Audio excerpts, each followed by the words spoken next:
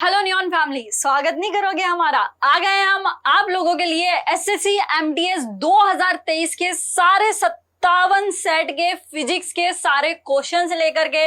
Physics में आपके MTS 57 sets के अंदर 28 क्वेश्चंस आए थे। उन सभी 28 क्वेश्चंस को हम बहुत अच्छे लेवल पे सॉल्व करने वाले हैं। सभी के प्रूफ मैं आपको अपनी टॉपर्स गॉडफादर की जनरल साइंस की बुक से मैच कराने वाली हूं। इन 28 में से आपके almost 25 question as it is match हुए हैं, यानी कि आपके लगभग 90% कंटेंट अपनी गॉडफादर टॉपर्स हैंडबुक से मैच हुआ है। उसका विद प्रूफ वीडियो मैं आप लोगों के लिए लेकर आ गई हूं और इसी वीडियो में हम सारे क्वेश्चंस को एकदम नियॉन अप्रोच के साथ सॉल्व करने वाले हैं गाइस। सो गाइस, ये है अपनी गॉडफादर टॉपर्स हैंडबुक की जनरल साइंस की बुक, जिसमें आपको फिजिक्स, केमिस्ट्री, बायोलॉजी, एनवायरमेंट मिल रहा है, वो भी किंग ऑफ कंसेप्ट्स है। एकदम प्रिसाइज थ्योरी मिल रही है, 10+ ईयर्स के पीवाईक्यूज मिल रहे हैं। साथ ही में इसका हिंदी वर्जन भी अवेलेबल है, यानी कि ये बायलैंग्वेज फॉर्म में आपको मिल रही है। इसका नाम है सामान्य विज्ञान की बुक, जिसमें आपको भौतिकी, रसायन विज्ञान, जीव विज्ञान और पर्यावरण मिल रहा है। अब इस पूरी बुक के अंदर आपको राजा सर की 11 साल की मेहनत दिखने वाली है, वो भी एकदम सिस्टमैटिक वे में। जो भी उनका आज तक 11 साल का पूरा अप्रोच है, वो सारा का सारा वो भी नियॉन के सॉल्यूशन के लेवल पे, नियॉन के बेस्ट कंटेंट के लेवल पे आपको सब कुछ इस बुक में मिलने वाला है। सर का खुद का भी साइंस सब्जेक्ट रहा है, तो वो पूरी नॉलेज भी आप लोगों के लिए सर ने इस एक बुक में रख दी है। इसे under the guidance of Raja sir तैयार किया गया है और लगातार 11 साल से ये अपडेट हो रही है, अपडेट हो रही है, अपडेट हो रही है। तो आप सोच सकते हो कि थ्योरी तो इसमें मिल ही रही है, लेकिन 10 साल के जितने भी सीजीएल, सीएचएसएल, सीपीओ, रेलवे हो या कोई भी आपका कॉम्पिटिटिव एग्जाम हो, सभी के आपको इसमें पीवाईक्यूज भी मिलने वाले हैं। वो भी एकदम लेटेस्ट पैटर्न मिलने वाला है। सारी आपको इमेजेस मिलने वाली है, सारी आपको टेबल्स मिलने वाली है। चीजों को आप किस तरीके से अच्छे से रिवाइज कर सकते हो, किस तरीके से बेसिक टू एडवांस लेवल में पढ़ सकते हो, वो सारी की सारी चीजें आपको केवल एक बुक के अंदर मिलने वाली है, और वो भी under the guidance of Raja sir. जैसा मैंने कहा, तो आप इसका लेवल सोच सकते हो कि कितना एक्सट्रीम होने वाला है।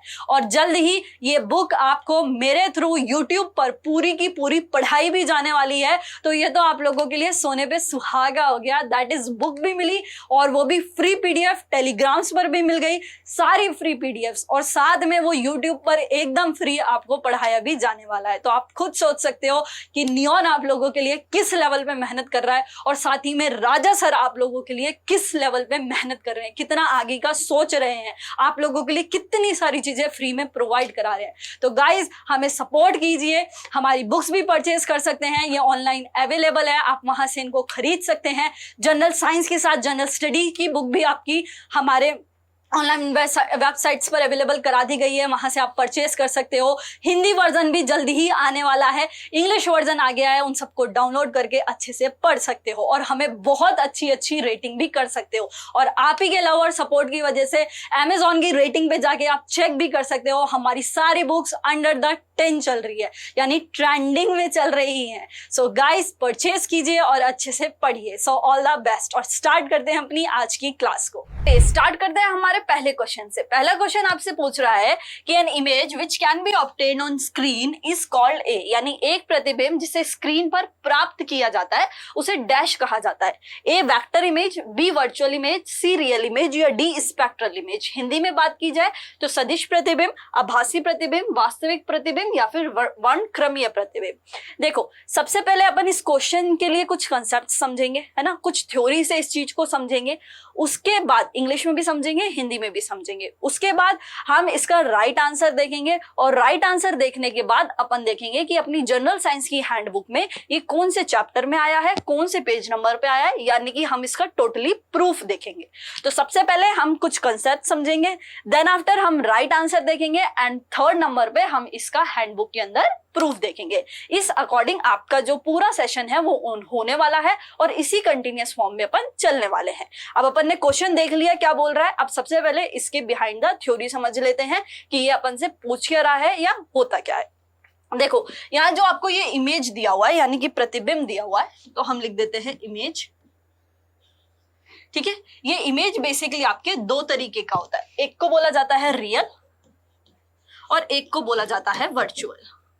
हिंदी में भी बता रहे हैं, दैट इज, मैंने बोला कि हमारा जो इमेज है जिसे हिंदी में बोला जाता है प्रतिबिंब, ये प्रतिबिंब आपके एक्चुअली में दो प्रकार का होता है, एक को बोला जाता है वास्तविक और दूसरे को बोला जाता है आभासी। तो वास्तविक प्रतिबिंब और आभासी प्रतिबिंब, करेक्ट। इतनी चीज समझ आ गई होगी कि इमेज या फिर आपके प्रतिबिंब को दो रूप में डिवाइड किया जाता है, दो फॉर्म में हम इसको समझते हैं। एक को बोलते हैं रियल यानी कि वास्तविक, दूसरे को बोलते हैं वर्चुअल यानी कि आभासी। अब दोनों में डिफरेंस क्या है? तो दोनों में मेन डिफरेंस होता है कि जो आपके रियल या वास्तविक इमेज होता है वो आपको स्क्रीन पर प्राप्त होता है, करेक्ट। और जो आपकी वर्चुअल या आभासी होता है ये आपको स्क्रीन पर प्राप्त नहीं होता है, स्क्रीन पर प्राप्त नहीं होता है। तो एक तो हुआ जिसे स्क्रीन पर प्राप्त किया गया और एक हुआ जिसे स्क्रीन पर प्राप्त नहीं किया गया। याद कैसे रखना है? याद हम रखेंगे, दैट इज हम रियल को याद रखेंगे। Image obtained on screen is called real. अब जरा ढंग से देखिएगा इसको। ISR, I का मतलब इमेज, S का मतलब स्क्रीन एंड R का मतलब रियल। तो ISR मतलब image obtained on screen is called real. वह प्रतिबिंब जो स्क्रीन पर प्राप्त हुआ उसे वास्तविक प्रतिबिंब का। जब भी दोनों चीज में आपको सेम पॉइंट पे डिफरेंस करना हो तो दोनों चीजों को याद मत रखो, कंफ्यूजन होता है। दोनों से बेस्ट है एक को याद रख लो, दूसरा उसका अपोजिट है तो दूसरा माइंड में अपने आप सेट हो जाएगा। तो यहां से हमने बेसिकली रियल को याद कर लिया कि जो हमको स्क्रीन पर मिला, image obtained on screen is called real. अब जो वर्चुअल है वो इसका अपोजिट होगा कि जो हमें स्क्रीन पर प्राप्त नहीं हो रहा है, करेक्ट। एक डिफरेंस और देखते हैं, दैट इज जब हम रियल और वर्चुअल में डिफरेंस करते हैं तो रियल से मिलने वाला जो हमारा प्रतिबिंब है या इमेज है वो हमेशा हमको इन्वर्टेड मिलेगी यानी कि उल्टी मिलेगी। और वहीं जब बात की जाती है वर्चुअल की या फिर आपके आभासी प्रतिबिंब की तो यहां से मिलने वाली जो इमेज है वो हमेशा हमको इरेक्ट मिलेगी। अब समझते हैं इसको किस प्रकार हम ये चीज को डिफाइन कर रहे हैं। जैसे आपको ये मोमबत्ती दिख रही होगी, ये मोमबत्ती जल रही है, राइट। इसकी ये लो दिख रही होगी जिसको हम फ्लेम बोल रहे हैं। अब इस फ्लेम को जब हम इस लेंस के अंदर देखते हैं, ये थोड़ी सी इमेज जूम होती तो आपको और क्लियर दिख पाता। दैट इज ये जो इमेज की लो है ना ये कुछ इस फॉर्म में हमको मिल रही है और जबकि हम लेंस से देख रहे हैं ना तो ये कुछ इस फॉर्म में हमको मिलेगी, ठीक है। और जब हम बात करते हैं वर्चुअल की तो देखो वर्चुअल में ये जो है ना लो वो कुछ इस फॉर्म में है और लेंस में देखने पर भी ये हमको कुछ इसी फॉर्म में मिल रही है। अब देखो हुआ क्या, रियल में जो आपकी फ्लेम थी ना उस फ्लेम का जो प्रतिबिंब है वो हमको उल्टा मिला यानी ऑब्जेक्ट की जो इमेज है वो हमको इन्वर्टेड मिली यानी कि उल्टी मिली। वहीं यहाँ जो हमारा ऑब्जेक्ट था उस ऑब्जेक्ट की जो इमेज है वो हमको इरेक्ट मिली, एकदम सीधी मिली। तो हमेशा माइंड में सेट रखना है कि इमेज हमारे पास दो तरीके की होती है, एक को रियल, दूसरे को बोला जाता है वर्चुअल यानी वास्तविक और आपकी आभासी। जो वास्तविक होती है वो हमेशा स्क्रीन पर प्राप्त होती है, जो आभासी होती है वो स्क्रीन पर प्राप्त नहीं होती है, पहला डिफरेंस। दूसरा डिफरेंस कि जो रियल इमेज होती है वो हमेशा उल्टी यानी कि इन्वर्टेड होती है। ये देखिए ये फ्लेम है, ये फ्लेम का हमें उल्टा रूप दिख रहा है। और वहीं जब बात की जाती है वर्चुअल की यानी कि आभासी की तो यहाँ पे जो हम लेंस में जब इस इमेज को देख रहे हैं तो वो हमको सीधी ही मिल रही है यानी इरेक्ट ही हमको देखने को मिल रही है। दो डिफरेंस हमने यहां से देखे। अब चल लेते हैं अपने राइट आंसर पर। जब हम इस क्वेश्चन की बात करते हैं तो हमसे पूछा गया था जिसे स्क्रीन पर प्राप्त किया जाता है। तो स्क्रीन पर जिस इमेज को प्राप्त किया जाता है उसे कहा जाता है आपके रियल इमेज यानी कि वास्तविक प्रतिबिंब। अब देख लेते हैं अपने गॉडफादर टॉपर्स हैंडबुक में से इसका प्रूफ कि ये एज इट इज आपको लिखा हुआ मिल जाएगा। कहां पे? देखो गॉडफादर टॉपर्स हैंडबुक में जनरल साइंस के अंदर आपके चैप्टर नंबर 10 पे लाइट में जब आप जाओगे तो वहां आपको पेज नंबर 70 के ऊपर रियल इमेज का एक टेबल मिलेगा। उस टेबल के अंदर आपको क्लियरली लिखा हुआ दिख रहा होगा फॉर्म्ड ऑन स्क्रीन यानी स्क्रीन पे बनने वाला प्रतिबिंब रियल इमेज के अंदर आता है। हिंदी की बात करते हैं तो चैप्टर नंबर 10 प्रकाश के अंदर आपको रियल इमेज यानी वास्तविक प्रतिबिंब मिल जाएगा। पेज नंबर आपके 66 के ऊपर यहां भी आपको क्लियरली मिलेगा, एक पर्दे पर आपतित होती है। यानी कि हमारी हैंडबुक के अंदर चैप्टर नंबर 10 पेज नंबर 66 पर आपको ये लाइन क्लियरली मेंशन हुई मिल जाएगी। इसका आप प्रूफ भी देख सकते हैं। तो चलिए चलते हैं नेक्स्ट क्वेश्चन पे। नेक्स्ट क्वेश्चन जो है वो आपसे पूछ रहा है कि बैटरी में किस प्रकार का ऊर्जा रूपांतरण होता है यानी कि what type of energy conversion take place in a battery. अब देखो यहाँ पे एक शब्द दिया है दैट इज एनर्जी कन्वर्जन। ये रहा एनर्जी कन्वर्जन, जिसे हिंदी में बोला गया ऊर्जा रूपांतरण। ऊर्जा रूपांतरण या एनर्जी कन्वर्जन का मतलब होता है आपके ऊर्जा का एक रूप से दूसरे रूप में रूपांतरण होना, या फिर एनर्जी का वन फॉर्म से अनदर फॉर्म में चेंज होना, इज नोन एज बेसिकली और ट्रांसफॉर्मेशन ऑफ एनर्जी या एनर्जी कन्वर्जन। अब इसके बहुत सारे एग्जाम्पल होते हैं, उनसे समझ लेते हैं। जैसे आपको ऑप्शन नंबर ए में दिया गया है कि केमिकल एनर्जी को लाइट एनर्जी में चेंज किया गया, यानी रासायनिक ऊर्जा को प्रकाश ऊर्जा में परिवर्तित किया गया। तो इसको हम कैसे समझ सकते हैं? हमारी मोमबत्ती से, मोमबत्ती यानी कि आपकी कैंडल से, एक जो जलती हुई कैंडल होती है, जलती हुई मोमबत्ती होती है। अब ढंग से देखिएगा, ये मोमबत्ती है, जलती हुई जो मोमबत्ती होती है उसमें आप नॉर्मल समझिए बनी हुई है कुछ रासायनिक प्रक्रियाओं से, कुछ बहुत सारे केमिकल से मिलकर के बनी हुई है, राइट। अब ये जल रही है और जल करके हमको लाइट एनर्जी दे रही है। तो यहाँ पर आपका जो रासायनिक ऊर्जा है ना, वो रासायनिक ऊर्जा किसमें? प्रकाश ऊर्जा में परिवर्तित हो रही है। ऐसे ही यदि बात की जाए chemical energy into electrical energy, तो इसका one of the best example है जो आपके क्वेश्चन में भी दिया हुआ है, बैटरी। बैटरी के अंदर आपको रासायनिक ऊर्जा का विद्युत ऊर्जा में परिवर्तन देखने को मिलता है। अब एक ऊर्जा दूसरे रूप में परिवर्तित हो रही है ना, इसी चीज को आपका एनर्जी ट्रांसफॉर्म कहा जाता है, ऊर्जा का रूपांतरण कहा जाता है। और समझ लेते हैं, दैट इज आपका थर्ड एग्जांपल है यांत्रिक ऊर्जा का रासायनिक ऊर्जा में परिवर्तन होना, यानी mechanical energy into your chemical energy. तो देखो आपके जो वॉल्केनोज होते हैं ना, वॉल्केनोज, दैट इज योर ज्वालामुखी। सुना होगा आपने शब्द तो, वॉल्केनोज या फिर ज्वालामुखी। तो जब भी आपके ज्वालामुखी के अंदर से मैग्मा निकलता है, वो जो लावा सा होता है ना, वो निकलता है। अब समझना ज्वालामुखी से वो लावे का क्या प्रोसेस होता है। जब हम लैंड के ऊपर बात करते हैं ना, तो हमारे अर्थ के अंदर बहुत सारी टेक्टोनिक प्लेट्स होती है। जब वो एक टेक्टोनिक प्लेट दूसरी टेक्टोनिक प्लेट के ऊपर आ जाती है, तो आपके ज्वालामुखी के अंदर से वो जो लावा या वो मैग्मा है ना, वो कहाँ निकलता है? बाहर निकलता है। तो इनका जो टेक्टोनिक प्लेट का जो मूवमेंट हुआ, उसको तो कहा गया मैकेनिकल एनर्जी यानी यांत्रिक ऊर्जा, और वो जो मैग्मा बाहर निकला उसको कहा गया, या वो जो मैग्मा बना उसको कहा गया आपकी केमिकल एनर्जी। तो मैकेनिकल एनर्जी जस्ट चेंज हो गई आपके केमिकल एनर्जी के अंदर। उसका one of the best example हुआ वोल्केनोज यानी कि ज्वालामुखी। ऑप्शन नंबर डी पर चलते हैं। डी आपको बोल रहा है केमिकल एनर्जी का साउंड एनर्जी में चेंज होना, यानी कि रासायनिक ऊर्जा का ध्वनि ऊर्जा में परिवर्तित होना। इसका सबसे अच्छा एग्जांपल है हम खुद। हम खुद में देखिए किस प्रकार, मैंने खाना खाया, खाना खा करके यानी कुछ भी फूड है वो मैंने ईट किया, वो मेरी बॉडी में स्टोर हो गया।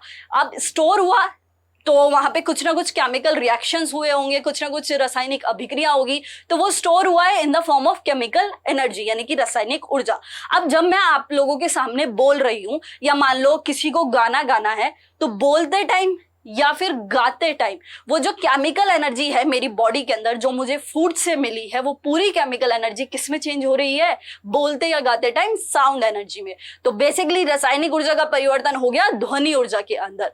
तो इसका सबसे बेस्ट एग्जांपल होता है हम खुद। जब भी हम बोलते हैं या फिर गाते हैं, तो हमारी बॉडी की जो केमिकल एनर्जी है जो हमें फूड से मिली है, वो पूरी कन्वर्ट हो जाती है साउंड एनर्जी के अंदर। और यदि इस क्वेश्चन के करेक्ट ऑप्शन की बात करते हैं, तो अपना ऑप्शन नंबर बी जो है, option number B, that is chemical energy into electrical energy, यानी रासायनिक ऊर्जा का विद्युत ऊर्जा में परिवर्तन बैटरी के अंदर देखा जाता है।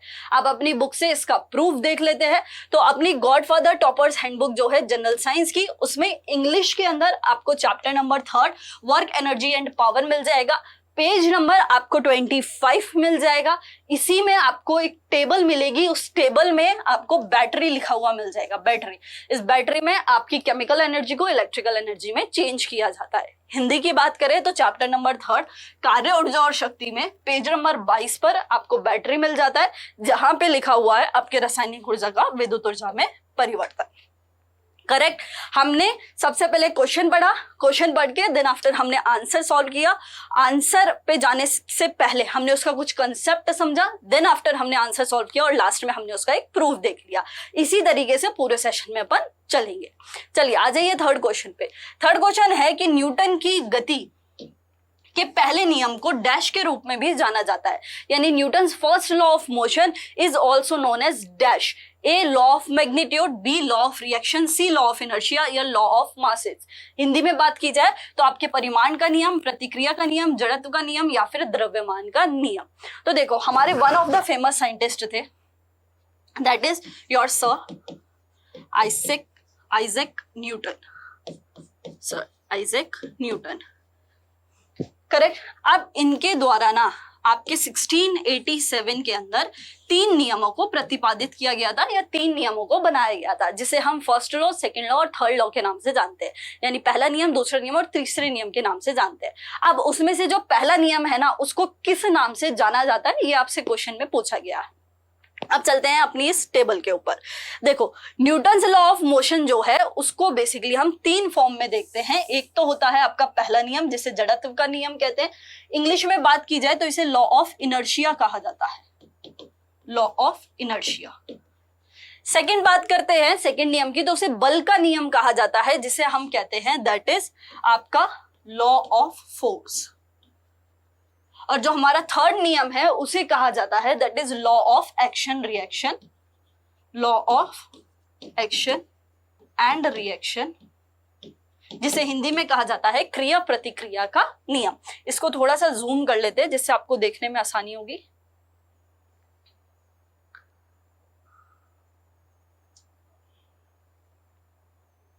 ये थोड़ी सी इमेज ब्लर है, बाकी ये है कि आपको दिख जाएगा। ये देखिए जड़त्व का नियम है, एक मिनट इसको सीधा कर लेते हैं।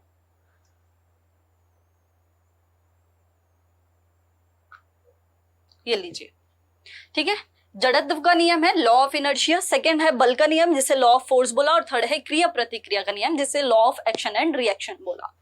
अब पहला नियम हमको बोलता है कि जब भी आपकी कोई वस्तु विराम अवस्था में है, जब भी आपकी कोई वस्तु विराम अवस्था में है, यानी कि कोई भी ऑब्जेक्ट यदि वह रेस्ट में है तो वो रेस्ट में ही रहेगा, और यदि कोई ऑब्जेक्ट मोशन कर रहा है तो वो मोशन ही करता रहेगा, यानी कोई ऑब्जेक्ट यदि गति कर रहा है तो वह गति ही करता रहेगा। कब तक? जब तक उस पर कोई बल लगा करके उसको रोका ना जाए। जैसे फॉर एग्जाम्पल यदि यहाँ पर कोई फुटबॉल रखी हुई है तो ये फुटबॉल रखी है ना, तो ये रखी ही रहेगी जब तक कि इस पर आकर के कोई किक ना मार दे। किक मारेगा मतलब इस पे एक फोर्स लगाएगा, एक बल लगाएगा। तो कोई भी वस्तु या पिंड विराम अवस्था में है तो वह विराम अवस्था में ही रहता है, और यदि गति कर रहा है तो गति ही करता रहता है जब तक उस पर कोई बाह्य बल लगा करके उसको रोका ना जाए। सेकंड लॉ ऑफ फोर्स, जिसे बल का नियम भी कहते हैं, जिससे में हम पढ़ते हैं दैट इज आपका जो बल होता है ना एफ जो होता है वो आपके डायरेक्टली प्रोपोर्शनल होता है दैट इज योर m, यानी कि पिंड का द्रव्यमान, और साथ ही में उसके त्वरण यानी कि आपके एक्सेलरेशन के। तो F is equal to ma का एक रिलेशन होता है जिसे हम सेकंड लॉ के अंदर देखते हैं। ये आपको बताता है यदि किसी पिंड पर जितना अधिक बल लगाया जाएगा ना, जितना अधिक आप बल आरोपित करेंगे किसी पिंड के ऊपर, उतनी ही अधिक वह वस्तु त्वरित हो जाएगी, यानी कि उतना ही अधिक उसका त्वरण हो जाएगा। जितना ज्यादा फोर्स होगा उतना ही ज्यादा उस पर एक्सेलरेशन आपको देखने को मिल जाएगा। और थर्ड लॉ कहता है एक्शन रिएक्शन। तो इसको आप चंद्रयान से भी याद रख सकते हो कि अभी हमारा वो जो रॉकेट है वो लॉन्च हुआ है, ये इसी टाइप का रॉकेट है। इसके अंदर बहुत सारी गैसेस रहती हैं। जब हमको रॉकेट को लॉन्च करना होता है तो बहुत सारी गैसेस का मिक्सचर रहता है ना, जिसे हम बेसिकली फ्यूल के रूप में भी जानते हैं, है ना। जो फ्यूल होता है ना, अब फ्यूल को जब बर्न किया जाता है, जलाया जाता है, तो जलाते ही ना वो एक तरीके का एक्शन प्रोड्यूस करता है, बहुत एक्शन प्रोड्यूस होता है जो आपके नीचे की तरफ आता है। फ्यूल जल रहा है तो वो बहुत अधिक धुआं को प्रोड्यूस करेगा, बहुत अधिक गैसेस को प्रोड्यूस करेगा, lot of gases produced by rocket. अब वो फ्यूल जला और जल करके बहुत अधिक धुएं को प्रोड्यूस किया जो तो नीचे की तरफ आता है, और उन गैसेस का जो झटका होता है वो क्या करता है, रिएक्शन करता है, जिससे वो ऊपर उड़ जाता है। तो ये एक्शन हुआ और साथ ही में इसका रिएक्शन हो गया। या इसको आप और अच्छे से समझ सकते हो, दैट इज मान लीजिए आज मैंने किसी को एक थप्पड़ मारा, ठीक है, मैं गई और मैंने जाकर के किसी को थप्पड़ मारा, ये तो मेरा एक्शन हुआ कि मैंने किसी चीज के लिए क्रिया कर दी। लेकिन अब ऐसा थोड़ी है कि सामने वाला अपना दूसरा गाल आगे करेगा, ऐसा तो वो बिल्कुल नहीं करेगा, वो बदले में मुझे एक घूसा मारेगा। तो मैंने उसको मारा थप्पड़, जो मेरी क्रिया हुई, उसने मुझे मारा घूसा, जो उसकी प्रतिक्रिया हुई। तो ये एक्शन रिएक्शन को आप इस फॉर्म में भी याद रख सकते हो। जब हम बात करते हैं दैट इज हमारे करेक्ट आंसर की, तो फर्स्ट लॉ को या न्यूटन के जो फर्स्ट लॉ ऑफ मोशन है उसको हम लॉ ऑफ इनर्शिया के नाम से या जड़त्व के नियम के नाम से जानते हैं। इंग्लिश की बात करते हैं तो पेज नंबर 13 के ऊपर चैप्टर नंबर 2 में न्यूटन्स लॉ ऑफ मोशन आपको मिल जाएगा। गॉडफादर टॉपर्स हैंडबुक में ये law of inertia, first law को लॉ ऑफ इनर्शिया कहा जाता है। और हिंदी की बात करते हैं तो सेम चैप्टर नंबर 2 के अंदर पेज नंबर 12 पे आपको ये फर्स्ट लॉ मिल जाता है जिसे हम जड़त्व का नियम कहते हैं। करेक्ट। चलिए चलते हैं अपने नेक्स्ट क्वेश्चन पे। नेक्स्ट क्वेश्चन आपसे पूछ रहा है that is materials that do not allow electric current to pass through them are called, यानी कि वे पदार्थ जो विद्युत धारा को अपने अंदर से प्रवाहित नहीं होने देते हैं डैश कहलाते हैं। A conductor, B insulator, C capacitor या डी इंडक्टर। एक को बोला जाता है सुचालक, कुचालक, संधारित्र या फिर प्रेरक। तो सबसे पहले कुछ थ्योरी से इस चीज को क्लियर करेंगे, देन राइट आंसर पे जाएंगे, देन आफ्टर हम देखेंगे कि इसका प्रूफ देखेंगे। देखो जो हमारे पदार्थ होते हैं ना, मैंने बोला कि जो हमारे पदार्थ होते हैं या फिर मैं बोलती हूँ जो हमारे मटेरियल्स होते हैं, यदि मैं इन मटेरियल्स को इलेक्ट्रिकल प्रॉपर्टी के अकॉर्डिंग डिवाइड करूं, मैंने कहा विद्युतीय गुण के आधार पर हमारे पदार्थों को 3 रूप में परिभाषित किया जाता है। एक को बोला जाता है कंडक्टर, सेकंड को बोला जाता है आपके इंसुलेटर और थर्ड को आपके बोला जाता है सेमीकंडक्टर, या सेमीकंडक्टर बीच में करते हैं, कंडक्टर, सेमीकंडक्टर और थर्ड आपका हो जाता है that is insulator. Insulator correct. अब देखिए ये जो कंडक्टर है इसको हिंदी में हम बोल देते हैं इसको हम हिंदी में बोल देते हैं दैट इज सुचालक, सुचालक, ठीक है। सेमीकंडक्टर को हम हिंदी में बोलते हैं अर्धचालक, अर्धचालक। और वहीं जब बात की जाती है इंसुलेटर की तो इसको हिंदी में बोला जाता है कुचालक, कुचालक। करेक्ट। पदार्थ को विद्युतीय गुण के आधार पर हम 3 रूप में परिभाषित करते हैं। मटेरियल्स अकॉर्डिंग टू ऑन या based on electrical properties we divide them in 3 parts. First one is your conductor, second one is semiconductor and third one is insulator. Hindi में सुचालक, अर्धचालक और कुचालक। अब देखो जो अपने अंदर से विद्युत को आसानी से प्रवाहित होने दे रहा है, यानी इलेक्ट्रिक करंट है मान लिया, तो वो जो विद्युत धारा है उसको आसानी से अपने अंदर से फ्लो करा रहा है, अपने अंदर से प्रवाहित करा रहा है, उसको कह दिया जाता है कंडक्टर यानी कि सुचालक। जिसका उदाहरण आपके सिल्वर हो सकता है, आयरन हो सकता है, कॉपर हो सकता है, एल्यूमिनियम हो सकता है, ये एक्सेट्रा जो एग्जाम्पल होते हैं ये सारे के सारे आपके कंडक्टर या सुचालक के अंदर आते हैं। सेमीकंडक्टर की बात की जाए या अर्धचालक की बात की जाए तो ऐसे पदार्थ जो करंट को फ्लो करा भी सकते हैं और नहीं भी करा सकते, ठीक है। मतलब आप चाहो तो इसमें से इलेक्ट्रिक करंट है उसको फ्लो करा भी सकते हो और नहीं भी करा सकते हो, यानी ज्यादा मात्रा में भी करा सकते हो और उस चीज को कंट्रोल भी कर सकते हो, तो उनको बोल दिया जाता है सेमीकंडक्टर यानी कि अर्धचालक। हिंदी में बोला जाता है इसके जो एग्जाम्पल है वो आपके होते हैं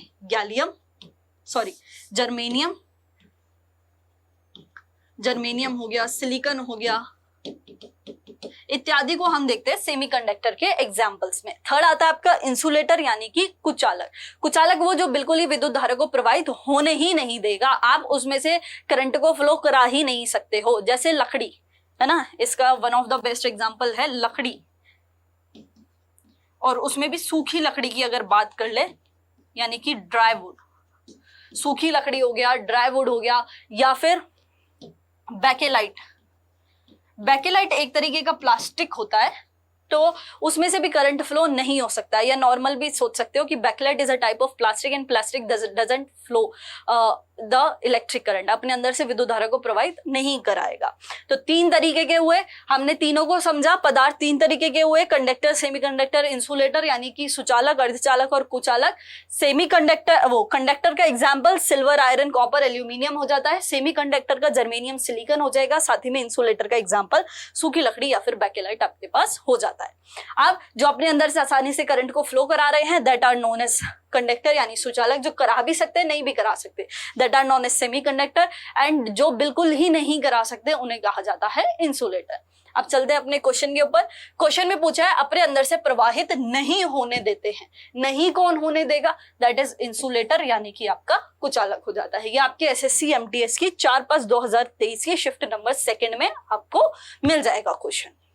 चलिए अब इसका प्रूफ देखते हैं। तो अपने टॉप जनरल साइंस की गॉडफादर टॉपर्स हैंडबुक के अंदर चैप्टर नंबर 7 सेमीकंडक्टर इलेक्ट्रॉनिक्स में इंसुलेटर लिखा हुआ है, पेज नंबर 50 के ऊपर। वहां पर आपको इजीली मिल जाएगा that do not conduct electricity, जिनको कहा जाता है इंसुलेटर।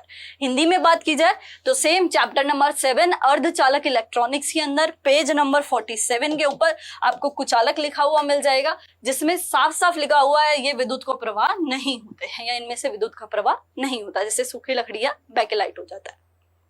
चलिए चलते हैं हमारे नेक्स्ट क्वेश्चन पे। नेक्स्ट क्वेश्चन आपसे पूछ रहा है दैट इज विद्युत परिपथ को तोड़ने या उसे पूरा करने के लिए किस उपकरण का उपयोग किया जाता है? Which device is used to either break electric circuit और to complete it? A insulator, B wire, C switch या डी बल्ब, यानी कि कुचालक, तार, स्विच या फिर बल्ब। अब समझते हैं, सबसे पहले समझते हैं इलेक्ट्रिक करंट। हम समझेंगे सबसे पहले इलेक्ट्रिक करंट, क्योंकि सबसे मेन टर्म यहाँ पे विद्युत धारा ही है। विद्युत धारा समझ आ गया तो बाकी के कॉन्सेप्ट्स क्लियर हो जाएंगे। विद्युत धारा, आप देखिए विद्युत धारा क्या होती है। मान लिया मेरे पास एक बैटरी है, ठीक है, ये हो गई मेरे पास एक बैटरी। जैसे ही मैं इस बैटरी को एक तार से जोड़ देती हूँ, एक वायर से जोड़ देती हूँ, ये एक तार आ गया, ठीक है। मैंने कहा जैसे मैं इस एक बैटरी को वायर से जोड़ देती हूँ, एक तार से कनेक्ट कर देती हूँ, तो इसके अंदर, इनके अंदर जो मौजूद इलेक्ट्रॉन्स होते हैं ना, इसके अंदर जो मौजूद इलेक्ट्रॉन्स होते हैं, उन इलेक्ट्रॉन्स के ऊपर एक तरीके का बल कार्य करने लग जाता है, एक तरीके का बल या फोर्स अप्लाइड होने लग जाता है। और उस जब ये इलेक्ट्रॉन है, इस इलेक्ट्रॉन पे पीछे से एक बल कार्य कर रहा है, एक बल लग रहा है, लगने से ये इलेक्ट्रॉन ना एक फिक्स्ड डायरेक्शन में गति करने लग जाता है। एक फिक्स्ड डायरेक्शन में या एक निश्चित दिशा में गति करता है, एक निश्चित दिशा में गति करता है, जिसकी वजह से ये जो मोशन ऑफ फ्री इलेक्ट्रॉन होता है ना, ये इलेक्ट्रॉन अब जिस दिशा में गति कर रहे हैं, एक फिक्स्ड डेफिनेट डायरेक्शन में गति करने लग जाते हैं, यहीं से हमारा इलेक्ट्रिक करंट या विद्युत धारा जो है वो प्रोड्यूस हो जाता है।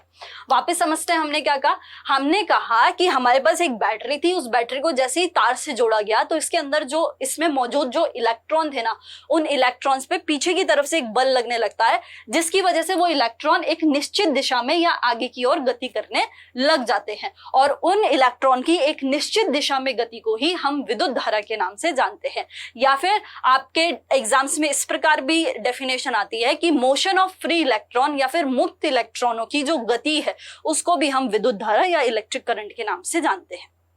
अब इलेक्ट्रिक करंट के बाद एक कंसेप्ट और आता है जिसको हम कहते हैं इलेक्ट्रिकल सर्किट या इलेक्ट्रिक सर्किट।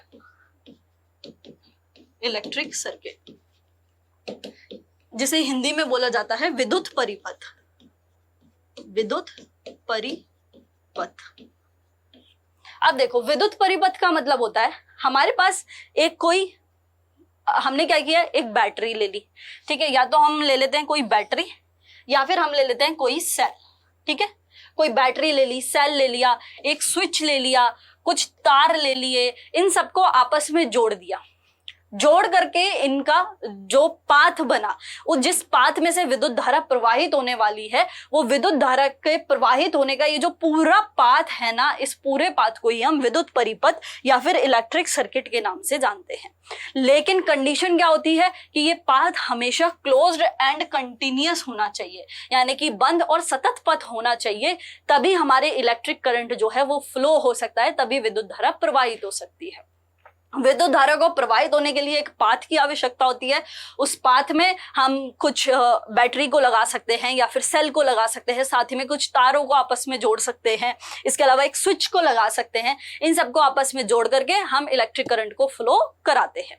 अब इसी में एक टर्म आती है जिसपे मैंने जोड़ दिया बार बार, स्विच। स्विच सिंपली एक ऐसा डिवाइस होता है जिससे आप या तो पूरे सर्किट को ब्रेक कर सकते हो या आप उसको पूरा कर सकते हो। और ये स्विच ही है जो आपसे एग्जाम में पूछा गया है कि एक ऐसे उपकरण का नाम बताओ जो आपके पूरे परिपथ में को या तो तोड़ने का काम करेगा या उसे पूरा करने का काम करेगा, तो उसे कह दिया जाता है हमारे पास स्विच। ऑप्शन नंबर सी आपका जो होता है वो करेक्ट होता है। इसका प्रूफ देख लेते हैं। तो प्रूफ की बात करते हैं तो अपने पेज नंबर 34 पे, यानी अपनी गॉडफादर टॉपर्स हैंडबुक जो जनरल साइंस की है उसमें पेज नंबर 34 पे चैप्टर नंबर 5 इलेक्ट्रोडायनामिक्स के अंदर आपको स्विच मिल जाता है। स्विच के ब्रैकेट में आपको सिंपली लिखा हुआ मिल रहा है, simple device that is used to either break the electric circuit और टू कंप्लीट।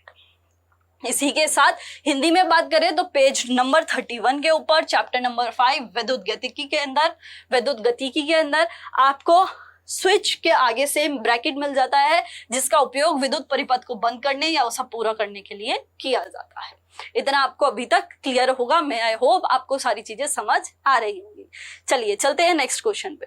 नेक्स्ट क्वेश्चन आपसे पूछ रहा है कि which of the following material is a conductor of electricity. निम्नलिखित में से कौन सा पदार्थ विद्युत का सुचालक है? ए सिल्वर चांदी या बी ग्लास जिसे कांच कहा जाता है, सी आपके मीका यानी कि अब्रक या फिर डी आपका इवोनाइट। ये आपके एसएससी एमटीएस 8/5/2023 के शिफ्ट नंबर 2 का क्वेश्चन है।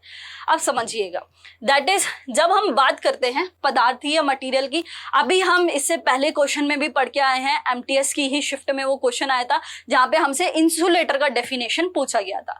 तो सेम वही पदार्थ को वैद्युतीय गुण के आधार पर हमने 3 रूप में परिभाषित किया। मटेरियल्स को हमने इलेक्ट्रिकल प्रॉपर्टीज के अकॉर्डिंग 3 पार्ट्स में डिवाइड किया है। एक को बोला गया कंडक्टर सुचालक, दूसरे को बोला गया सेमीकंडक्टर अर्धचालक, एक को बोला गया इंसुलेटर कुचालक। ये अभी हम समझ के आए हैं, एक बार वापस और रिवाइज कर लेते हैं। दैट इज कंडक्टर वो जो अपने अंदर से इलेक्ट्रिक करंट को फ्लो होने दे रहे हैं, सेमीकंडक्टर वो जो करा भी सकते हैं नहीं भी करा सकते, और इंसुलेटर वो जो बिल्कुल ही नहीं होने देंगे। उनके एग्जाम्पल भी हमने देखे थे। तो आपके कंडक्टर का एग्जाम्पल हो जाता है दैट इज आपका सिल्वर हो गया, आयरन हो गया, कॉपर हो गया, एल्यूमिनियम हो गया, एक्सेट्रा। हमने इंसुलेटर कंडक्टर के एग्जांपल देखे थे, सॉरी सुचालक के एग्जांपल देखे थे। सेमीकंडक्टर का हमने जर्मेनियम देखा था, सिलिकॉन देखा था, फास्फोरस हो सकता है, ये सारे सेमीकंडक्टर के हो जाते हैं। और वहीं इंसुलेटर का हो जाता है ड्राई वुड हो गया, यानी सूखी लकड़ी हो गई, या फिर हमने सोचा था दैट इज बैकेलाइट हो गया इत्यादि हो गया, या मीका हो गया जिसे अब्रक भी बोला जाता है, इत्यादि इंसुलेटर के होते हैं।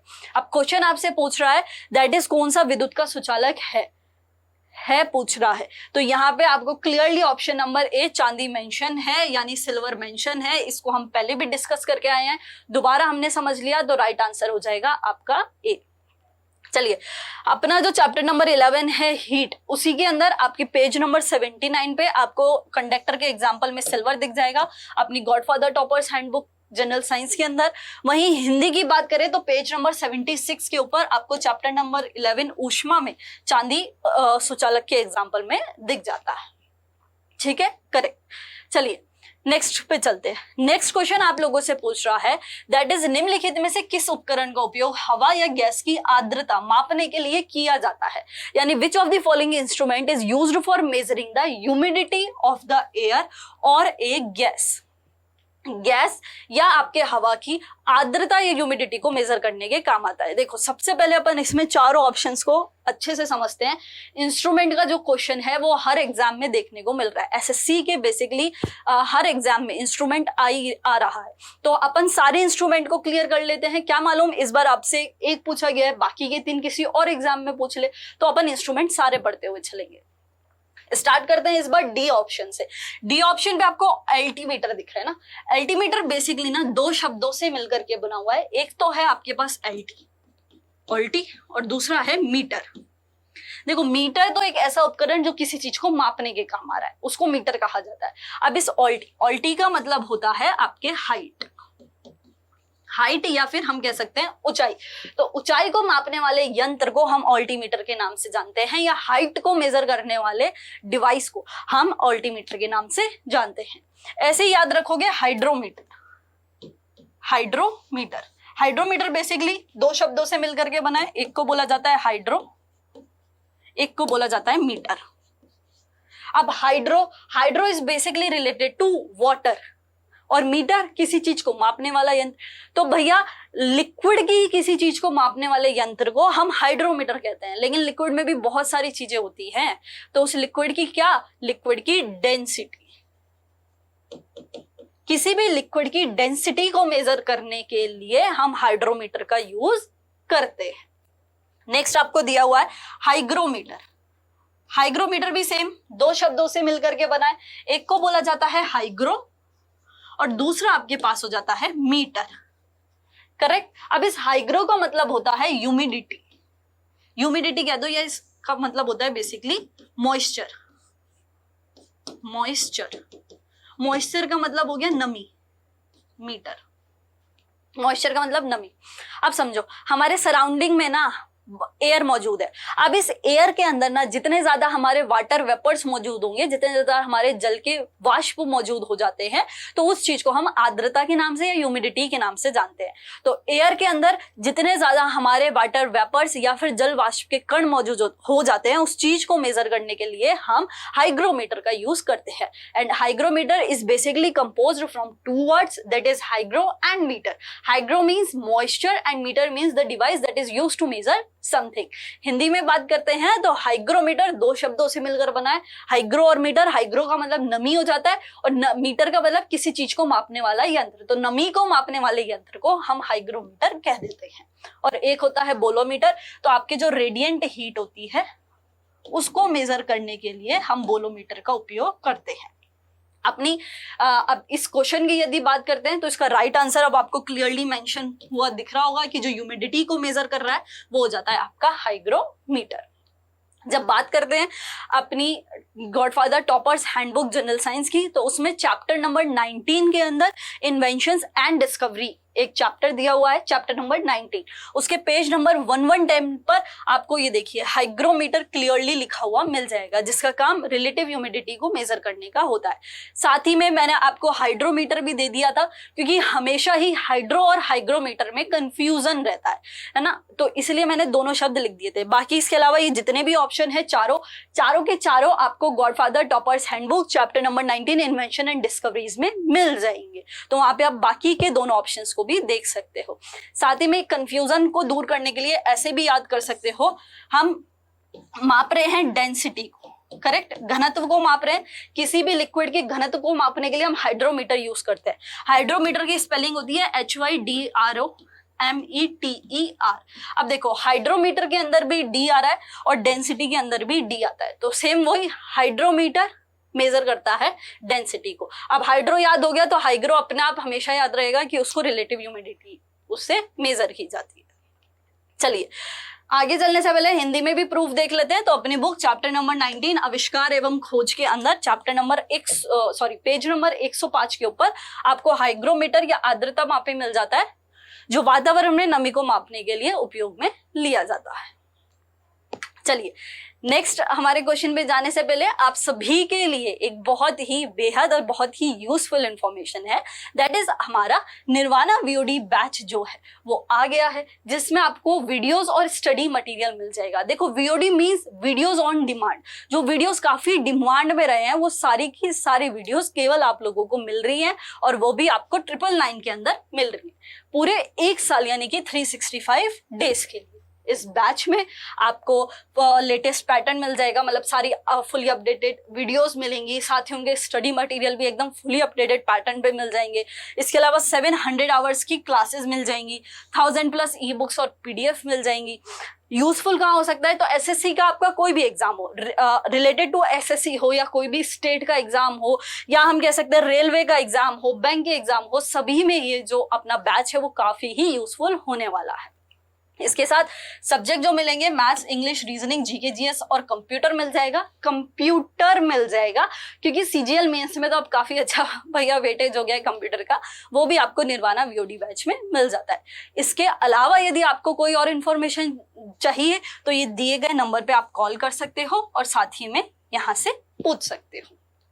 नेक्स्ट पे जाने से पहले दैट इज मान लो आपको सारे सब्जेक्ट्स नहीं पढ़ने, आपको इंडिविजुअल इंग्लिश का ही बैच चाहिए या फिर रीजनिंग का ही कोई बैच चाहिए या केवल कंप्यूटर ही पढ़ना है, तो उसके लिए भी हमारे पास एक मस्त सी आप लोगों के लिए न्यूज है। आप इंडिविजुअल बैचेस भी खरीद सकते हो। यदि आप मनीषा बंसल मैम से केवल इंग्लिश पढ़ना चाहते हो तो उनका पूरा फुली अपडेटेड लेटेस्ट पैटर्न के साथ सारी वीडियोज आपको मिल जाएंगी, वो भी 365 डेज के लिए और केवल 499 के अंदर।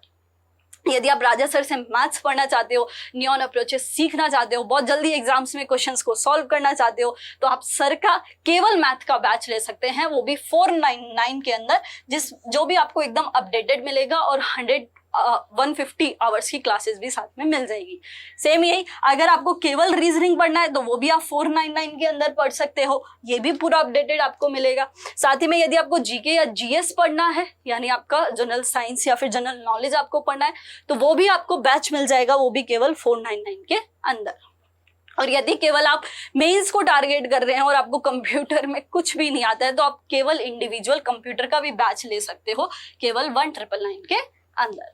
तो जैसी भी आपकी रिक्वायरमेंट है, जो भी सब्जेक्ट आपको पढ़ना है, इंडिविजुअल पढ़ना है तो इंडिविजुअल बैचेस को परचेस कर सकते हो, और यदि आपको सभी को साथ में पढ़ना है तो आप उसके अकॉर्डिंग भी परचेस कर सकते हो। That's depend on totally you. आप ही को ध्यान में रखते हुए सारी चीजों को भैया बनाया जाता है, सारी चीजों को एकदम अच्छे से प्रॉपर नियॉन आपको प्रोवाइड भी कराता है। चलिए स्टार्ट कर लेते हैं नेक्स्ट क्वेश्चन आपसे पूछ रहा है कि an image which cannot be obtained on a screen is called, एक प्रतिबिंब जिसे स्क्रीन पर प्राप्त नहीं किया जा सकता है उसे डैश कहा जाता है। ए आपका वर्चुअल इमेज यानी आभासी प्रतिबिंब, बी आपका रियल इमेज यानी वास्तविक प्रतिबिंब, सी आपका वेक्टर इमेज यानी कि सदिश प्रतिबिंब, या डी आपका स्पेक्ट्रल इमेज वर्णक्रमीय प्रतिबिंब। अब देखिए अभी हम सेम क्वेश्चन समझ के आए हैं।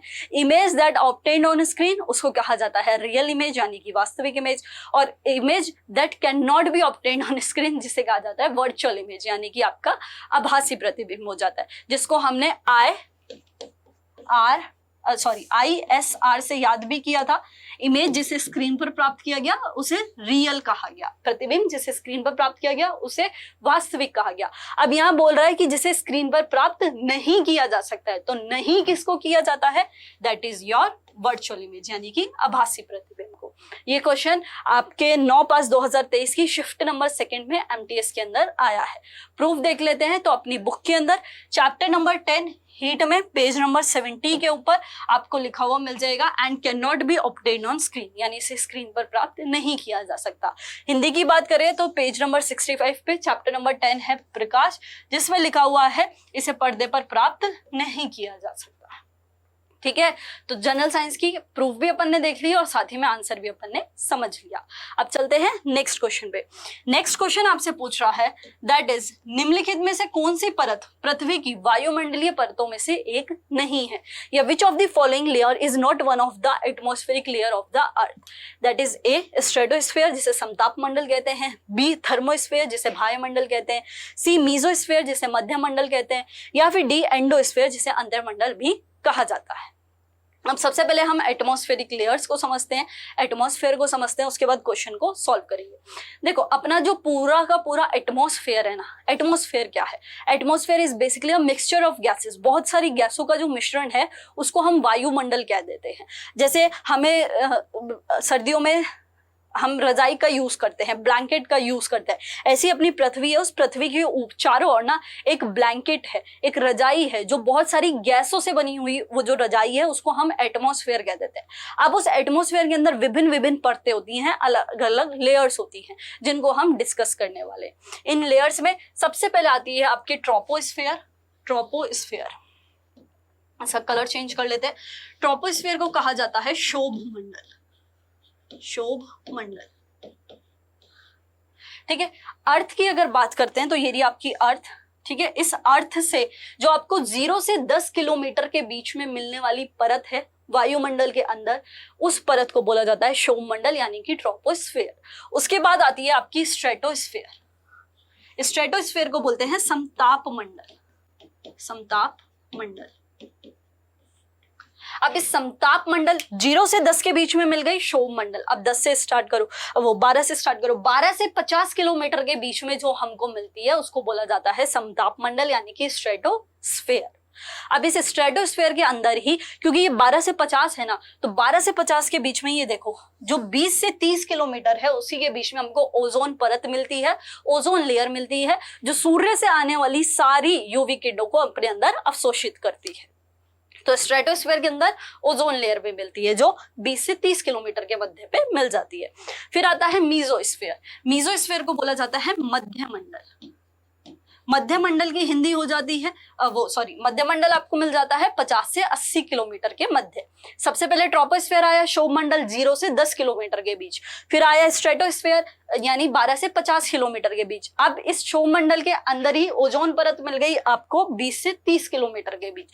उसके बाद थर्ड चले तो आया मीजोस्फेयर 50 से 80 किलोमीटर के बीच यानी कि मध्य मंडल।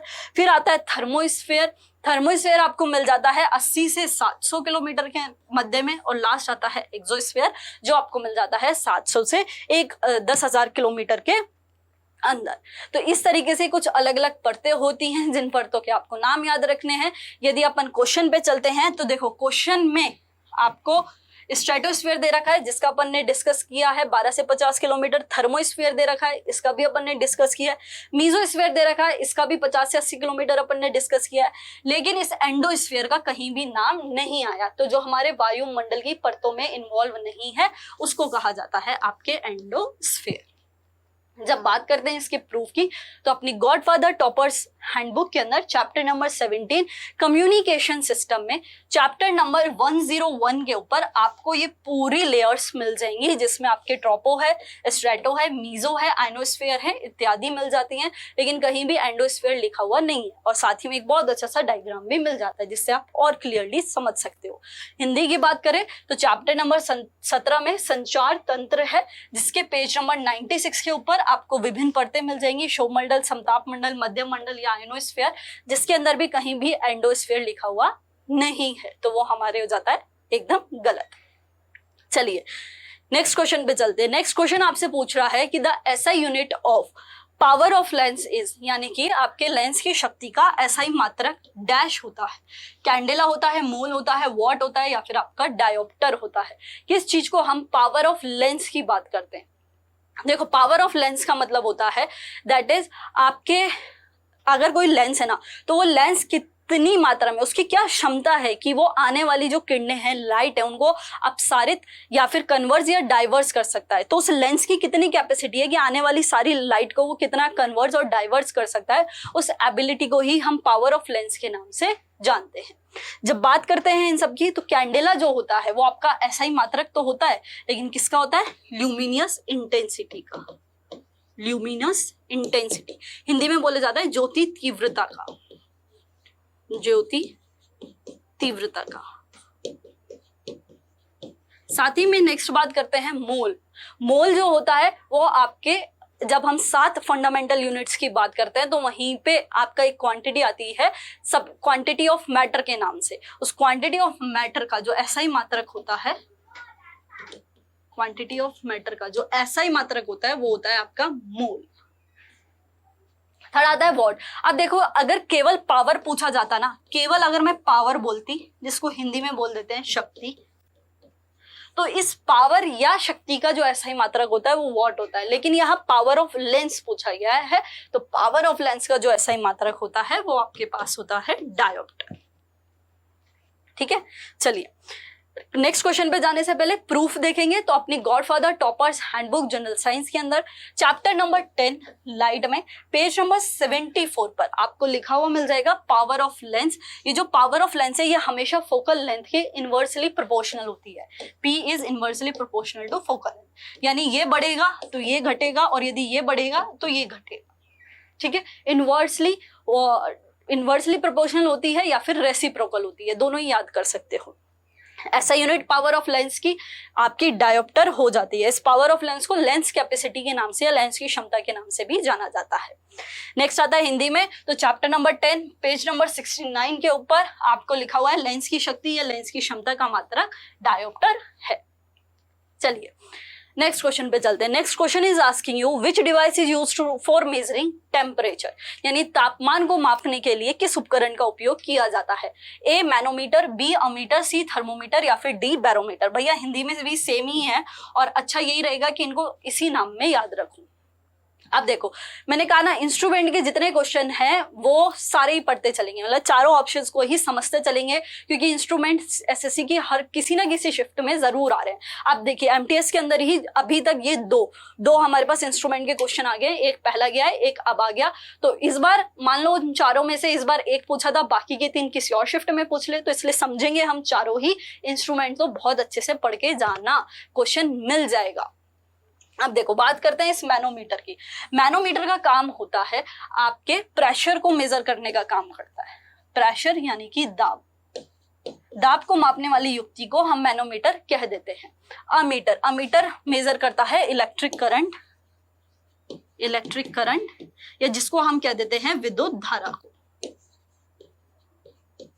विद्युत धारा को मेजर करने के लिए अमीटर का यूज होता है। सी होता है थर्मोमीटर। थर्मोमीटर का उपयोग होता है टेम्परेचर को मेजर करने के लिए, यानी कि तापमान को मापने के लिए।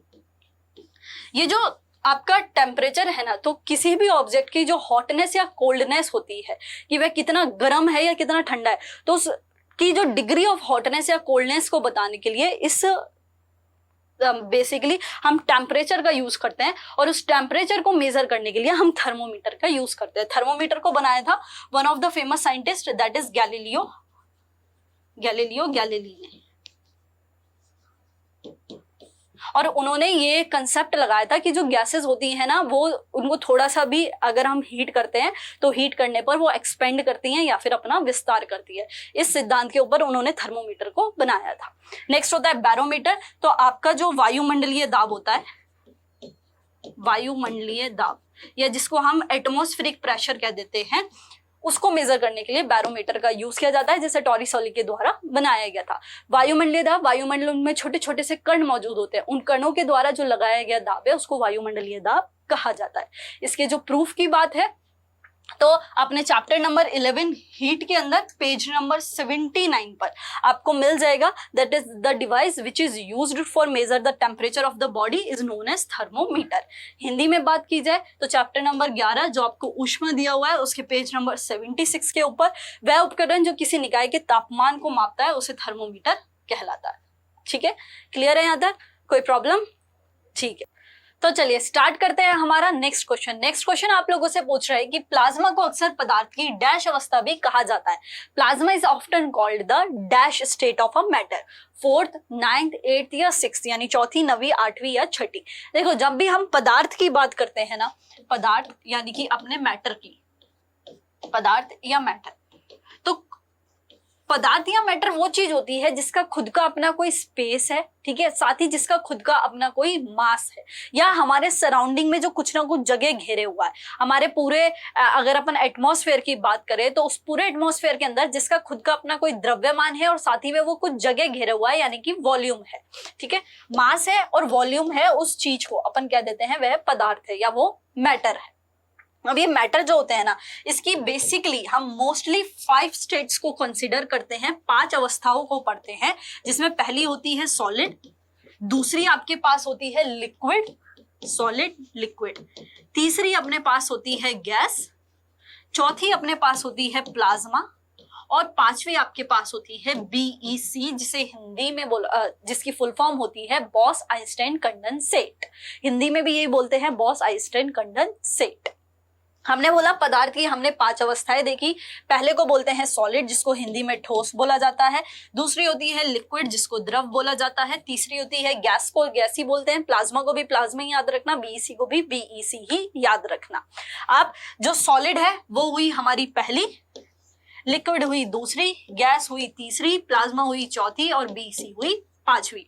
आपसे क्वेश्चन में पूछा गया है मैटर की चौथी स्टेट बतानी है, तो मैटर की चौथी स्टेट हो जाती है आपके प्लाज्मा। ठीक है, ये आप क्लियर रखना। अब जब बुक की बात करते हैं तो अपनी गॉडफादर टॉपर्स हैंडबुक में चैप्टर नंबर 11 हीट के अंदर पेज नंबर 81 के ऊपर आपको लिखा हुआ मिल जाएगा plasma is the fourth state of matter, यानी अपने पदार्थ की जो चौथी अवस्था है वह अपनी प्लाज्मा होती है। हिंदी के अंदर पेज नंबर 78 के ऊपर चैप्टर नंबर 11 ऊष्मा में भी आपको ये लिखा हुआ क्लियरली मिल जाता है। चलिए नेक्स्ट क्वेश्चन पे चलते हैं। नेक्स्ट question is asking you that is the ozone layer is found in which of the following layer of the atmosphere. Ozone परत वायुमंडल की निम्नलिखित में से किस परत में पाई जाती है? ए स्ट्रेटोस्फेयर, बी ट्रोपोस्फेयर, सी मीजोस्फेयर या डी एक्सोस्फेयर। अगर हिंदी में बात की जाए तो समताप मंडल, क्षोभमंडल, मध्य मंडल या फिर बाह्य मंडल। अब देखो अभी जस्ट थोड़े टाइम पहले ही हम डिफरेंट लेयर्स ऑफ एटमॉस्फेयर पढ़ के आए हैं, है ना, जो हमारे वायुमंडल की विभिन्न परतें हैं उन सब का डिस्कस करके आए हैं। उन सभी में मैंने आपको बताया था कि जो स्ट्रेटोस्फेयर होती है वो आपके 12 से 50 किलोमीटर के मध्य होती है, और इसी स्ट्रेटोस्फेयर के अंदर जो 20 से 30 किलोमीटर के मध्य पाई जाती है उसको हम कह देते हैं ओजोन लेयर, यानी कि ओजोन परत।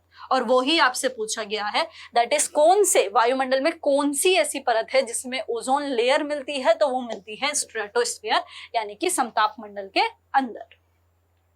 ये जो अपना चैप्टर नंबर यानी अपनी गॉडफादर टॉपर्स हैंडबुक जो है जनरल साइंस की, उसके अंदर आपके चैप्टर नंबर 17 कम्युनिकेशन सिस्टम में स्ट्रेटोस्फीयर लिखा मिलेगा, जहां पे लिखा हुआ है 12 से 50 किलोमीटर है और 30 से 50 किलोमीटर में आपको ओजोन लेयर मिल रही है, जो कि पेज नंबर 101 पर मेंशन भी है।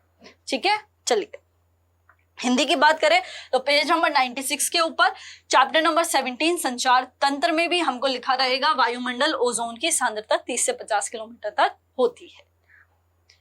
नेक्स्ट क्वेश्चन पे चलने से पहले आप सभी के लिए दैट इज एक बहुत ही अच्छी न्यूज है। वैसे तो आप सभी को पता ही है और जिनको नहीं पता है उनको भी मैं बता देती हूँ। दैट इज मैम की, मनीषा बंसल मैम की अवतार द वर्ड मास्टर बुक है, वो मार्केट में आ गई है। साथ ही पे आप अमेजोन की रेटिंग चेक कर सकते हो, इस टाइम काफी ट्रेंडिंग में भी चल रही है, यानी अंडर द 5 हमारी अवतार द वर्ड मास्टर की बुक चल रही है। इसके अंदर आपको 10,000 वर्ड्स दिए गए हैं जिनसे आप 2 लाख से ज्यादा वर्ड्स को बना सकते हो, राइट। साथ ही में इसके अंदर आपको प्रीफिक्स, रूट वर्ड्स, साथ ही में सफिक्स, और मैम जिन मेथड्स के लिए काफी फेमस हैं वो सारी के सारी चीजें आपको अवतार द वर्ड मास्टर के अंदर मिल जाएंगी।